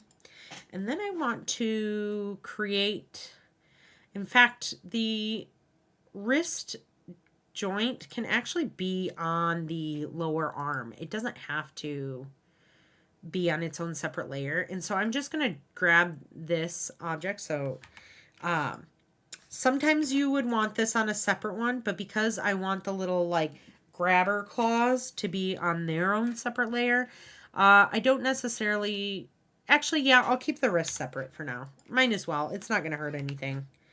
It'll just help when it comes to rigging everything up. And so I've got the wrist done. Now I want to create a claw. The claw. I'm going to do that. Let's see how to do that. There's a couple different shapes that I'm seeing a lot of.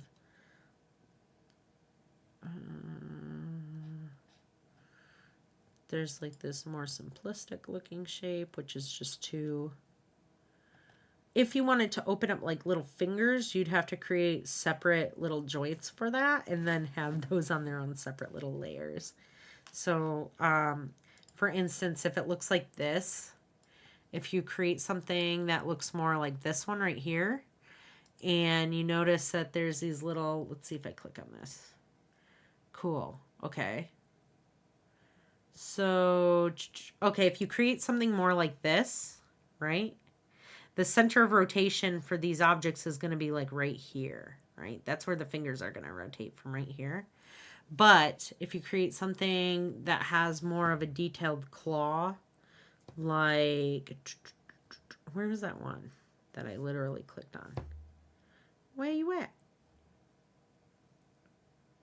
This one will work. Like this, right? There's this own separate looking section. This kind of looks neat because it's almost like a spring.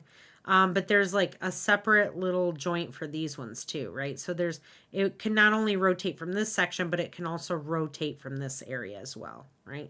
And so that's something you guys might want to think about when you're doing this. You can also, I think there was this little welder thing that would look cool on here. Oh, this is neat. Maybe something that has a few little things and drops. I think we could do something like that. That's kind of neat. Okay, so maybe there's this one is the wow with the wrist. I'm actually going to add a separate. I'm going to do it separately, actually. I'm going to do this to be so the wrist is going to be here, and then I'm going to create another layer that's going to be robot 1. I'm going to name this tether, because it's going to be like this little section. Oh, cancel that. Don't draw anything. This little part right here, like this little line, it's going to be like that little tether. So I'm going to do that with just a pen tool. The pen tool is cool because you can click and drag and create like these very organic shapes, right? So if I click and drag, it's got this Bezier handle option.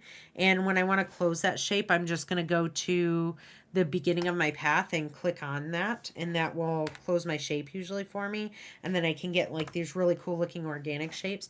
Or what you can do is use it to just create something a little more complex. You can also use this line tool right here, which I'm going to use, which will just create a straight line. So if I'm going to click, oh, cancel.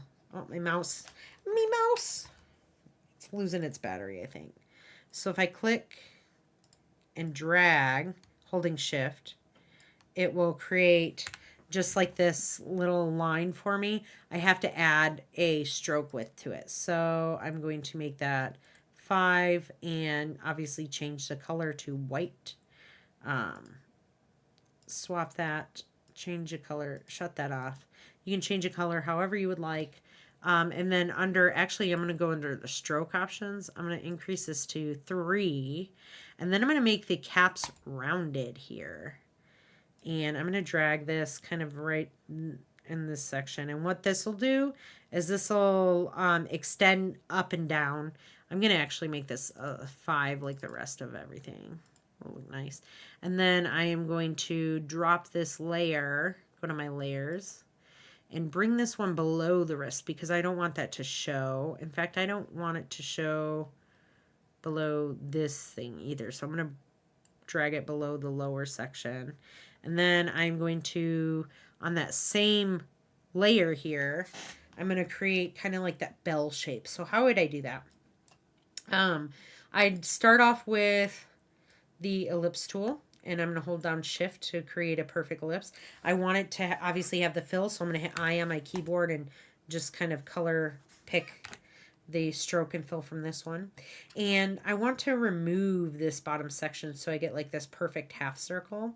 And so I'm going to hit A for the direct selection tool, and I'm going to grab this bottom vertex here, and I'm just going to delete that off my keyboard.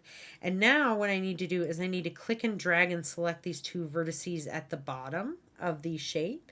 And I'm going to right click on this, and there's this option to join these 2 vertices. When you're joining 2 vertices together, it has to be a part of the same path.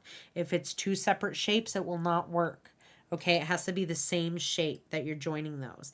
And then it'll join those up, and I can just kind of round this off a little bit, just so it's not like a hard shape. And then I'm going to just drag this over to here and maybe change the size a little bit.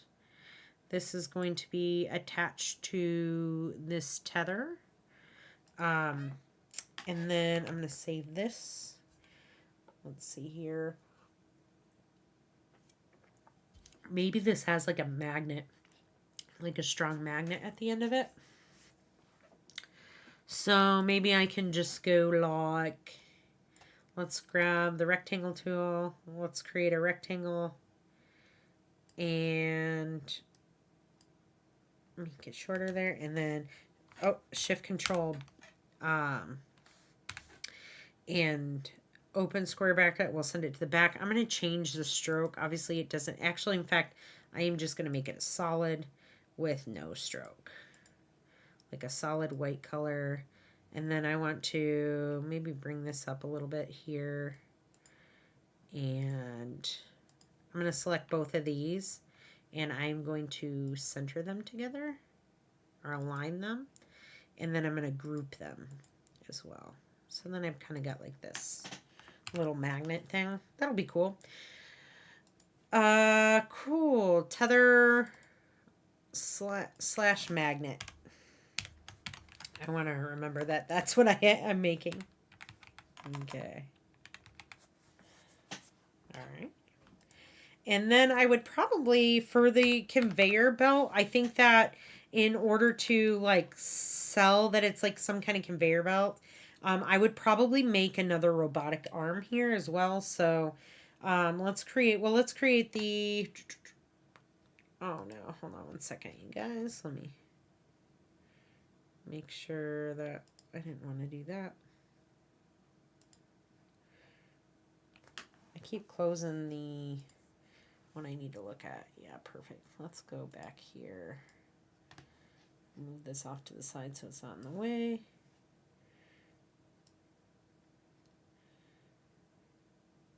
And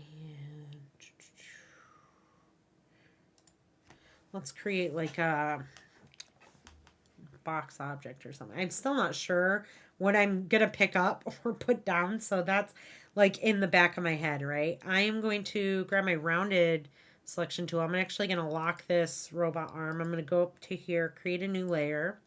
And this one's going to be like the main machine that it goes through. So like the, I don't know, what do I want to call this? The main machine. That'll work. That works. Okay, so let me check on here. All right. I'm going to select that layer, make sure I've got that perfect. And I'm going to create like this box. And it's okay if it's right there. Center it a little bit. And then on the top of this, maybe I want some little lights or something. Actually, I could create a cutout for the window, but maybe the window flashes a different color. So I'm going to create a new window and just color the inside of that white. So I'm just going to double click up here and go like this. Leave this, I'm going to leave the stroke on for now because I might use that later. It might come in handy if I'm going to flash the color of the screen on here. If there is a screen, or maybe the screen just has like some kind of input happening on here. Like it's just like a monitor screen or something. Let's create some little lines on this. I'm going to just click and drag this way, holding down Shift. I'm going to hit V, and I'm going to hold down Alt, and I'm just going to click and drag. And then if I hit Control D, it duplicates the last action that I did when it comes to clicking and dragging. In fact, I could hit it again if I held onto this, and it would create another one. And they're all equal as far as like how they're spacing from each other, which is great. I'm going to make sure that these have a rounded stroke because I like the rounded edges. So I'm just going to click round cap under my stroke panel. And then let me make like a thermo, or like a, what do you want to call it? Like a gauge, like a needle gauge or something here. So I'm going to create a circle. I'm going to turn that there. The circle, this might animate separate, right? So maybe I need to, I'm going to grab these 3 lines first, and I'm actually going to group them together so that I don't have to constantly be selecting them separately. So now if I just click one, it grabs all 3, and then I can move them around as needed. Oh, I just double clicked, but if I just click once and I move them around, I can update them. All right, so maybe I want that off to the side here. Maybe I want these, just the monitor and this group together. This is going to be separate, so maybe I put this on its own separate layer, right? So I'm going to create a new layer, and I'm going to put needle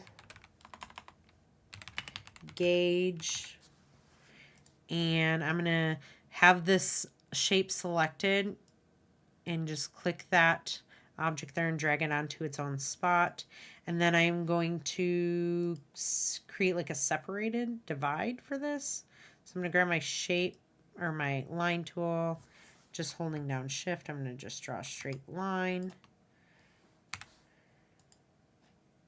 How do I create layers? You create layers over here in your layer panel. It looks like this one right here. And you just click on that, and there's a little plus icon button there. You make sure you hit this one, and that'll create a new layer. So I can create as many layers as I need to in here. If I want to delete them, I can Shift and just hit delete the trash board right there. You can also have like multiple layers to objects on your thing, but this is like nested layers, right? So like obviously this circle and this line are separate objects, but they're on the same layer. Okay, so you don't have that. So what you need to do, Angel, is you go up to your Windows menu, right here. And you're just going to click on layers. You're going to go down and you're going to click layers here. If you don't have any panels on here inside of Illustrator that you're seeing me use, if you just go up to the Windows menu drop down and you look over here, you'll be able to find them. Let me know if that fixed it for you, Angel. So I'm going to create this here, and then the needle is something that maybe I will, no, I can create it right now. I'm going to actually group these two. Actually I want to ungroup them and create two separate shapes. So I'm going to grab both of them. I'm going to grab that shape builder tool, and I'm actually going to click up there and click down here. And what that does now is I can grab these. They're two separated shapes. And I want this bottom one to be all white with a stroke. So I want it to be like this one. And then I want this top one to be violet, like this magenta with the stroke. And I'm going to now group these. Actually, I'm grouping this a little early. I might have to have these separate for some reason to create the little needle animation. Let's think of this. Okay. Let me create the little needle. So I'm going to grab my line tool. I'm just going to create like a straight up and down stroke. And then I'm going to grab the circle shape, and I'm going to create a circle holding down shift, like a perfect little circle, and make sure I'm going to hit I on my keyboard. In fact, I'm not going to do that one. I'm just going to swap the colors there so it's a solid. It doesn't need a thing. And then I'm going to, on this one, I'm going to make it a rounded, still going to round it right there. All right, so we have like our little gauge needle. I'm going to select those and I'm going to group those together. And then what I would want to do is bring it to the little gauge here. Maybe make it a little smaller, holding down Shift and Alt. Make it a little bit smaller like that. And center it there. And then what I want to do is I want to have that on its own separate layer. So, because I'm going to actually animate the little needle separate. So, I'm actually going to rename this back to gauge. The first one I'm going to name gauge meter. And then this one I'm going to name the gauge needle. And then I'm going to make sure that I grab this little needle that I made and drag that object onto that layer. And I'm going to grab these both and drag that down here.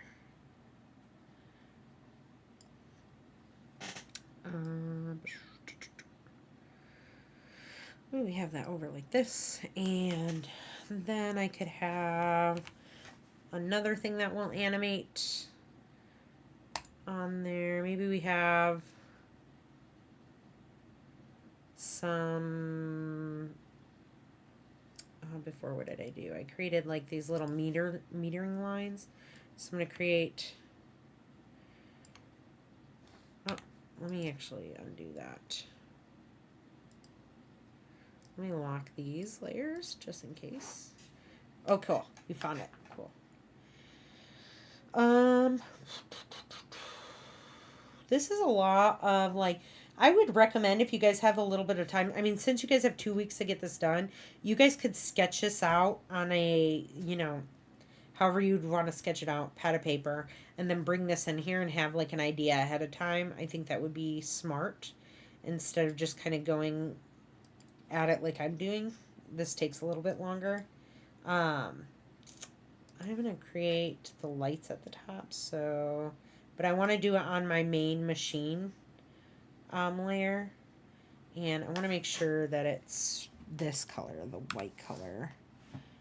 Put some lights up here, one there, holding down Alt and Shift. I'm going to drag another little box, and then I'm going to put these behind. So I'm going to Shift and select both of those, and then hit Shift, Control, open bracket, and then I'll go ahead and set that behind my object. Center it there. And then I want to create the lights. So the lights are going to be on their own separate layer too, because I might change the color of those. So I would name this machine light 1. And I would create, let's use the rectangle tool, and I'm going to create one like this, like a little square. And I want to round off the top only and not the entire thing. So I'm going to hit A to grab my direct selection tool, and I'm going to draw a selection. Oh, I didn't realize I had a line on there. Let me delete both of those. Grab all of it. V, delete that. Just make sure I don't have any extra hidden paths there. Okay, I'm going to grab this again. I'm going to create a square. I don't need this stroke, so I'm going to shut the stroke off.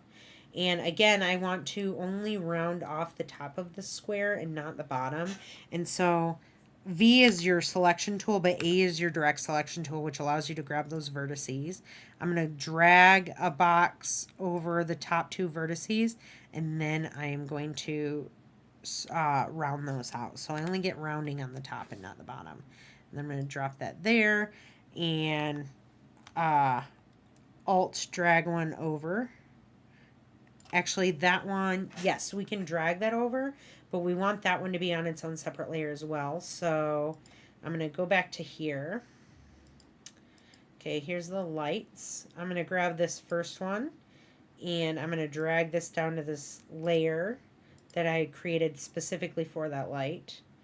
And this one here, I'm just going to rename to machine light 2. I'm going to hit OK. So they're in the appropriate spots. But now I just want to make sure that they're below the main machine layer in my layer panel, so that when I animate these later, they will be behind this and not showing on top. Ooh, let's see here. Let's actually grab this main machine layer, oops, and unlock it, and then just select it and center it. Just making sure. That looks good. It was a very small change. And I'm just locking these as I go so I don't accidentally click and drag them, and I unlock them as I need. But, you know, when I go to import this into After Effects, you're going to have to unlock everything. So just keeping that in mind for you guys. And then what I would do is maybe create another, maybe some kind of secondary arm here that does something. So then let me just kind of block out my layers. Robot 2 base. Let's create a new layer. Rename this robot 2 underscore upper arm. Because I'm just going off of what I made before. Robot 2 underscore lower arm, right? Robot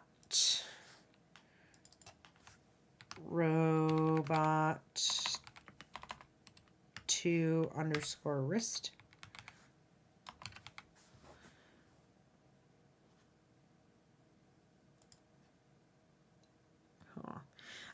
Getting these naming conventions down right away is going to be very helpful for you guys. Just letting you know. And then let's see, this one's going to maybe grab something and move it off to the side, right? So maybe it's similar to this. I'm going to unlock this one, unlock this, so this. Actually, don't need to unlock the conveyor gear. The base is going to be the same. So I'm going to copy, hit Control C to copy that. And then I'm going to make sure I select on the robot 2 base layer. And then I'm going to paste, so it pastes it to the appropriate layer. I'm going to drag this one right up here. And this one's going to be built a little different. but it's going to start with that base. So I'm going to lock that. I don't need the rail unlocked. Then the upper arm, we can start with it very similar to this one. Actually, the upper arm can be the same. So I'm going to grab unlock this, select the entire upper arm layer, and I'm just going to hit Control C to copy. Grab the Robot 2 upper arm layer, and then paste. Right, so it pastes to the appropriate place. And then I'm going to drag this up here. So they start off similarly. Same with the elbow joint. And this is going to just save me a little bit of time. I'm just going to unlock not the tether, but the robot lower and the robot wrist. So I'm going to select the robot lower. And I'm going to Control C. And then I'm going to grab the Robot 2 lower layer. Control V to paste it. And then I'm going to drag this over here.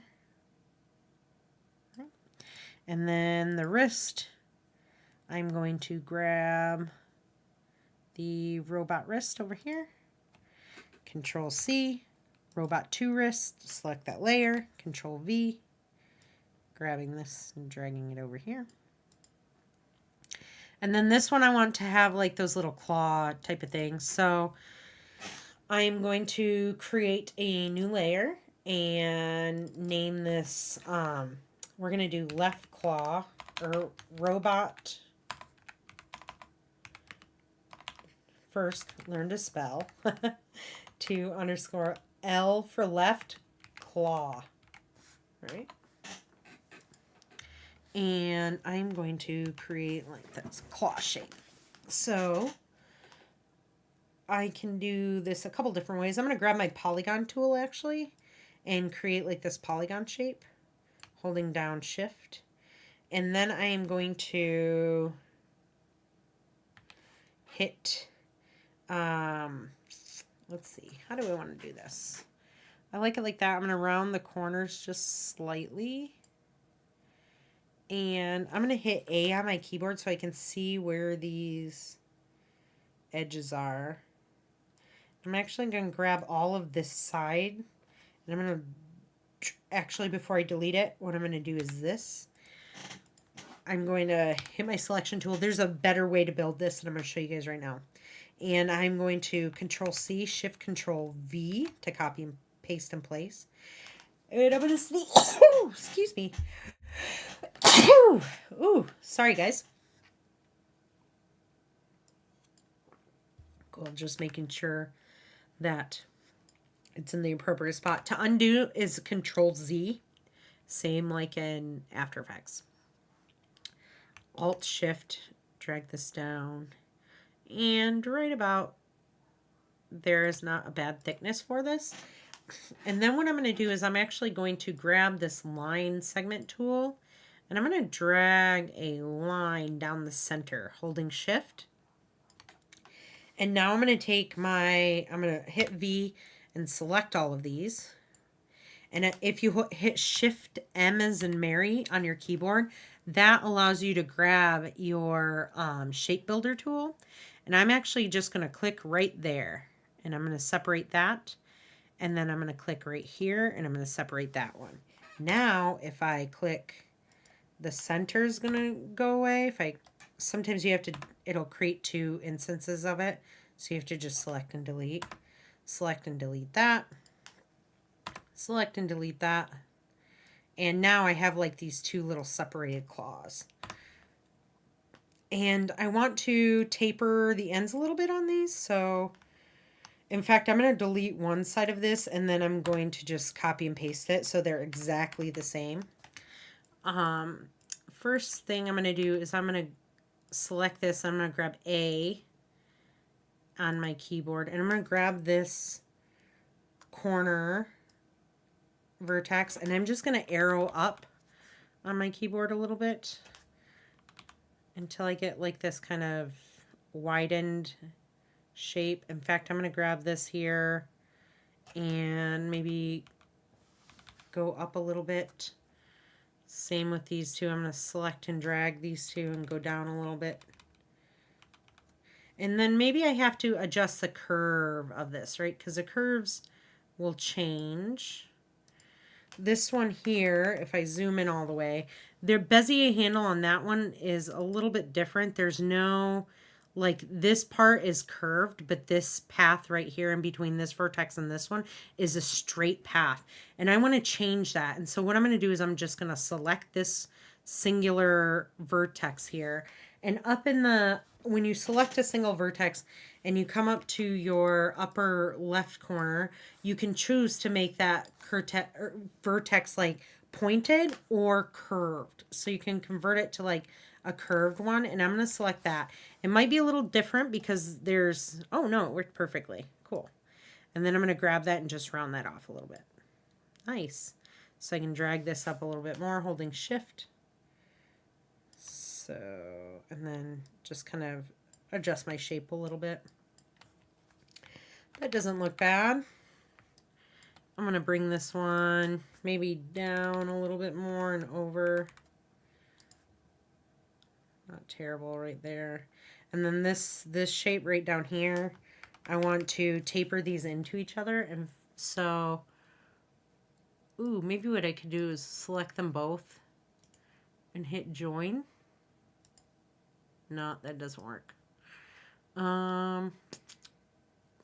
Let's grab that tool, the free transform tool, and let's taper this in. Can you just taper the two? I guess you can.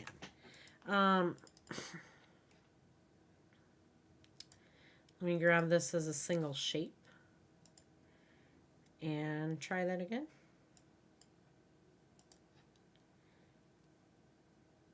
No, it won't work on that. Okay, so sometimes you just have to like, you're like, okay, this won't work. I'm going to do it a different way. So I'm just going to grab these and separate and arrow them into each other. And then this one I'm going to turn into a full Bezier handle and just update the curve a little bit more.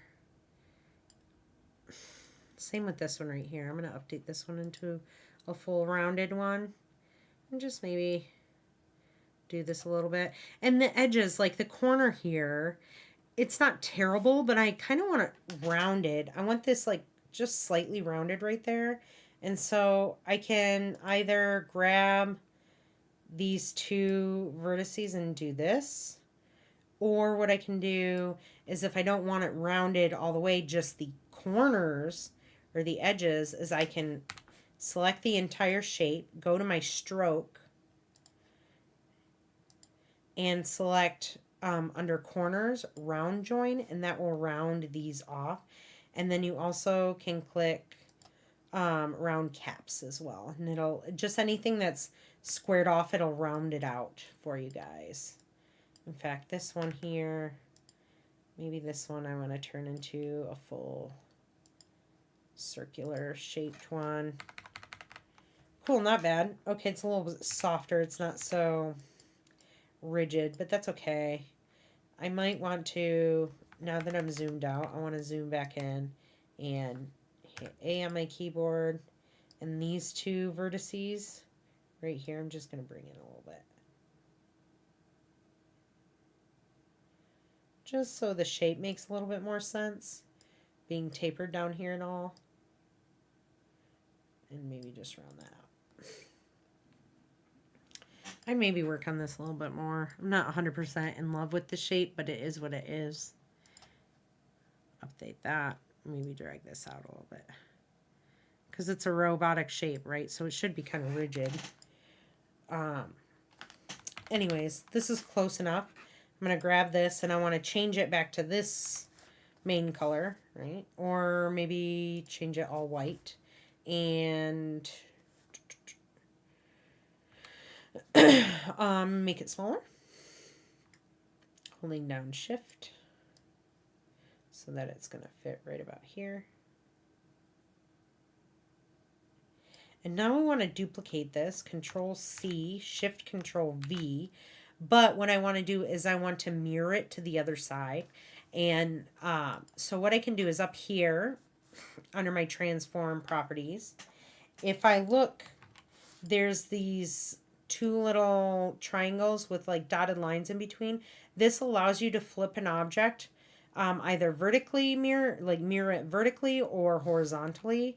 And so I want to mirror this horizontally, and then I'm going to drag this over so they're touching. And then what I want to do is under my layers, because I've created this equal, right? And I want to take my robot claw has to be under the wrist. And then I need these on separate layers because they're going to rotate separately. So I'm going to come up here and create robot to underscore right claw. And I'm just going to select this one and drag this up this way. So now we have it on its own separate layer. And everything's kind of in place to be ready to animate. In fact, I might add an additional layer to this wrist joint, just so it's a little bit, it's got like I want it to have that same extension here as well. I'm going to actually lock these other layers for the moment. And I want to grab this line tool, and I'm going to create a line holding shift. And I want to like double the size of the stroke.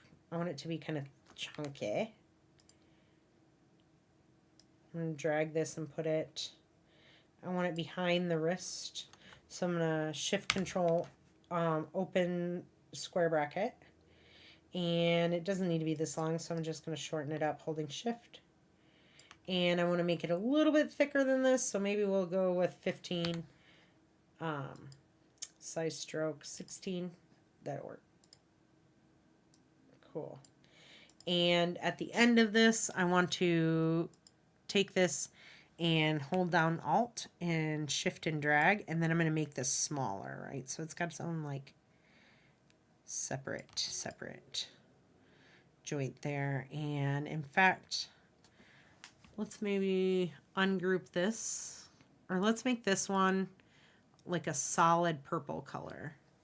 So I'm gonna find out what color this, because I can't just eyedrop this to any of these because none of these have a purple stroke. And so I actually have to figure out the color of this purple. I have to get the hex code of it. So under my color palette here, I'm just going to select this, and I'm going to double click on it. And my hex code here, I'm just going to copy that, hit OK. And then I'm going to select that stroke again, double click on the stroke color, and paste this color. So that now it's like this selected one. Actually, I can't do that because my background is the same color. If I turn my background on, now it looks invisible. So this has to be either white or it has to have a stroke like this. So I'm just going to turn it into, it has to be its own shape, I guess. Can't be a path.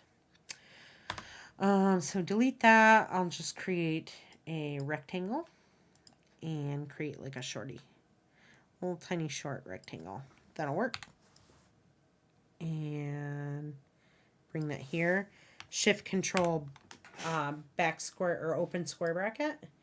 And then that is all centered. Perfect with this. And now I can move my claws up a little bit. If I select that one, shift select that one, we move these up just slightly. There we go.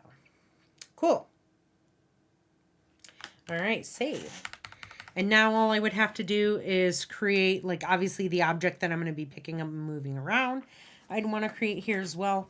And the next step that we'll take on Tuesday's class is we're going to bring this into After Effects, and we're going to start the rigging process within After Effects on here. So I highly suggest you guys get your illustrations done this weekend, and that'll put you ahead already. And it's not that hard. I mean, like, just literally finding some kind of thing and just mostly having an idea in mind of what you're going to be animating, right? So what the questions to ask yourself when illustrating this are going to be things like, what is the story behind this animation? Even though it's super short and it's going to be like maybe 10 seconds long, or 15 seconds long, it's going to be, nothing like a feature film, but if you think of the story behind it, it'll give you a better idea of what you want to illustrate. And then you have to think about how I'm going to animate this, right? So, specifically having these elbow joints is the most important on one of these robots. It doesn't have to be the same on both of them, but at least one of them needs to have this kind of like articulating joint that allows an arm to like grab something, right? So it has to have some kind of claw feature, and it has to have some kind of, or like the magnetic feature, like on the one. Um, it could have, because it's going to have to pick something up and move it. That is a big part of this. Whether it's putting something onto an object, or it's picking an object up and moving it. I'm going to show you guys how to animate that. So really take the weekend, plan out your illustration. Are you saying hello, little guy? Yeah? You want to come say hello? You want to say good night to all the students? You want to come here? Come here, buddy. Oh, he's laying down and stretching. You good learner? Yeah, are you good in class? He's meowing for you guys. But, and I've got another little troll coming in here too, so I can see her walking through the doorway. But plan your animation out, what it's going to do, what the point of the assembly line is, if that's what you're going to make. The robot arm, if you're going to just do a regular robot arm, like picking something up and throwing it, it will be a similar concept to this. You just won't have to illustrate as much. But definitely get ahead and start doing the illustration process. And then on Tuesday's class, we're going to bring this in, we're going to rig it, and we're going to start animating. Do you guys have any questions right now? Ooh. Set your project file up, and I think you guys will be ready to go.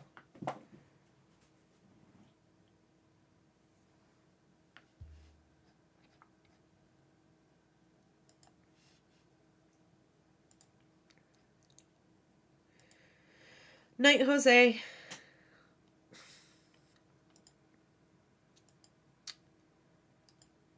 All right, no questions. All right, guys, I will let you enjoy your weekend. Catch up on stuff if you need to. And Angel, I got your email. I just wanted to let you know. I'll go through those tomorrow.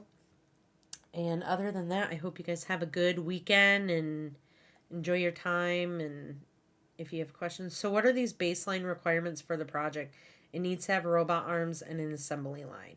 Well, it needs to have some kind of like articulating, like elbow, reticulating. And then what? And then the rest, we can choose what we want. So you can either do the assembly line or you can do the robot arm. The assembly line is just going to have a lot more animations to it. Like there's going to be more opportunity for different animations. And it's going to still have like a articulating robotic arm. Or you can do just the robot arm that's going to animate into the scene and pick something up. So you can pick in between the two, like visuals that you want to do. I'm just sticking with the assembly line one because I think it looks more like a whole project and not just a section of a project. 1 second, you guys. Oh my gosh.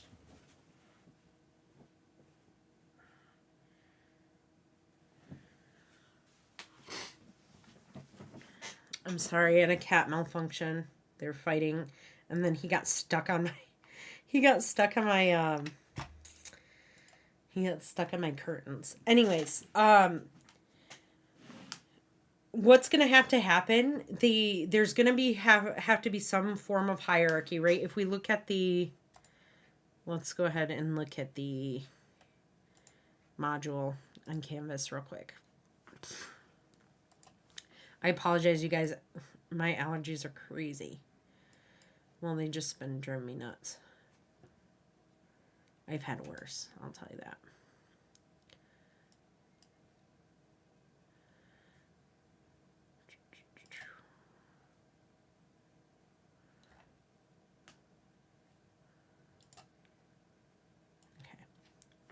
this over here. All right, so you can either do this animation where you just create a robotic arm that comes into the scene and throws that ball, or you can do an animation similar to this where something occurs right within the assembly line. Right here, for instance, last semester I did a baking muffin or cupcake or whatever, and so you see there's just more animations here. There's like these rotating gears, this cupcake tin that comes across the assembly line. It gets filled up with batter. It goes into the machine. The machine starts up and bakes the muffin or the cupcake, and it expands up that way. And then it goes over to here to get a cherry put on top, and then it goes out of the scene, right? So it's like kind of this conveyor belt on how to make a cupcake or a muffin. The biggest thing I wanted to see was these are like these arm that moves and has joints and can pick something up and put something down, right? So that's the biggest thing I want to see in both of these projects, because we're going to use parenting and rigging on this to connect all of these sections together to animate it, right? So if you show me this version or this version, it doesn't matter because I'll see that there's rigging involved. I'll see that there is some sort of hierarchy happening here from the object based on how it moves and where things are. You'll see on Tuesday's class where we put the anchor points, where rotational, where it rotates and things like that. And so you can choose to do either that one or this one. It doesn't matter, but it just has to have some form of like bending robotic arm in it. And then the topic of what it is can be whatever you want, right? So specifically for the assembly line one, like I had someone last semester do an assembly line with a cloud that it came in a happy cloud, and once it went out of the little machine, it was like an angry thunderstorm cloud, and it got picked up and tossed into the trash. Okay, so there's options that you can do. I saw someone do like a teddy bear factory where the teddy bear came in and it had things put on it, and then it was like moving, right? So like you could have the eyes being put onto the teddy bear, or maybe the nose is like one is filling up the teddy bear with stuffing, and then the other arm is like putting on the eyes or putting on the nose or the face or adding the ears or something like that, right? So I don't want you to necessarily copy this or what I'm doing right now, but something along the lines. And that's why I'm saying you guys will have to do a little bit of like research and development on what your assembly line is going to do. The robotic arm, this one has a little bit more limitations. Like obviously it's just coming in and it's picking something up and it's throwing it, right? But maybe the arm is going to look completely different, or and then whatever it picks up is something different, right? So but as long as it's bending down, picking something up and throwing it out of the way, that's fine. So the designs have to be your own. But what this assembly line does, as long as it's appropriate for class, you'll be good to go. Same with the robotic arm. As long as it looks appropriate for class, you'll be good to go. I had someone last year do the robotic arm, but it looked like pieces of fruit connected together, which was interesting. So, have fun with the design. But it has to have we'll have to have some sort of parenting and hierarchy applied to it. Does that answer your question, Melissa?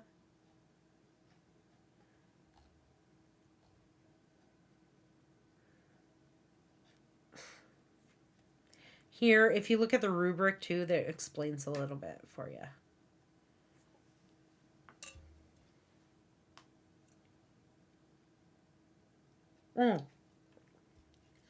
Also, due on Monday, by Monday night, is your first revision round. Yeah, cool. Due Monday night, first revision round. Make sure you guys have all of the revisions to your bouncing balls, the typography and motion design, the Real and Surreal and Cinema 40, and the After Effects Principles of Motion Graphics. Make sure you've gotten all of the changes done on those. put them into one video and upload this. This is a hard deadline, so you guys want to get this in for sure. And then focus on your illustration, right? So do that first because that's got a hard deadline. This robotic arm thing is due within, you can turn it out until the 8th of April. So you have some more time to like do the illustrations and stuff. But all right, you guys, have a good weekend. Sayonara. Enjoy a little bit of time doing something. I don't know. But I will talk to you guys on Tuesday's class. So have a good one. Bye.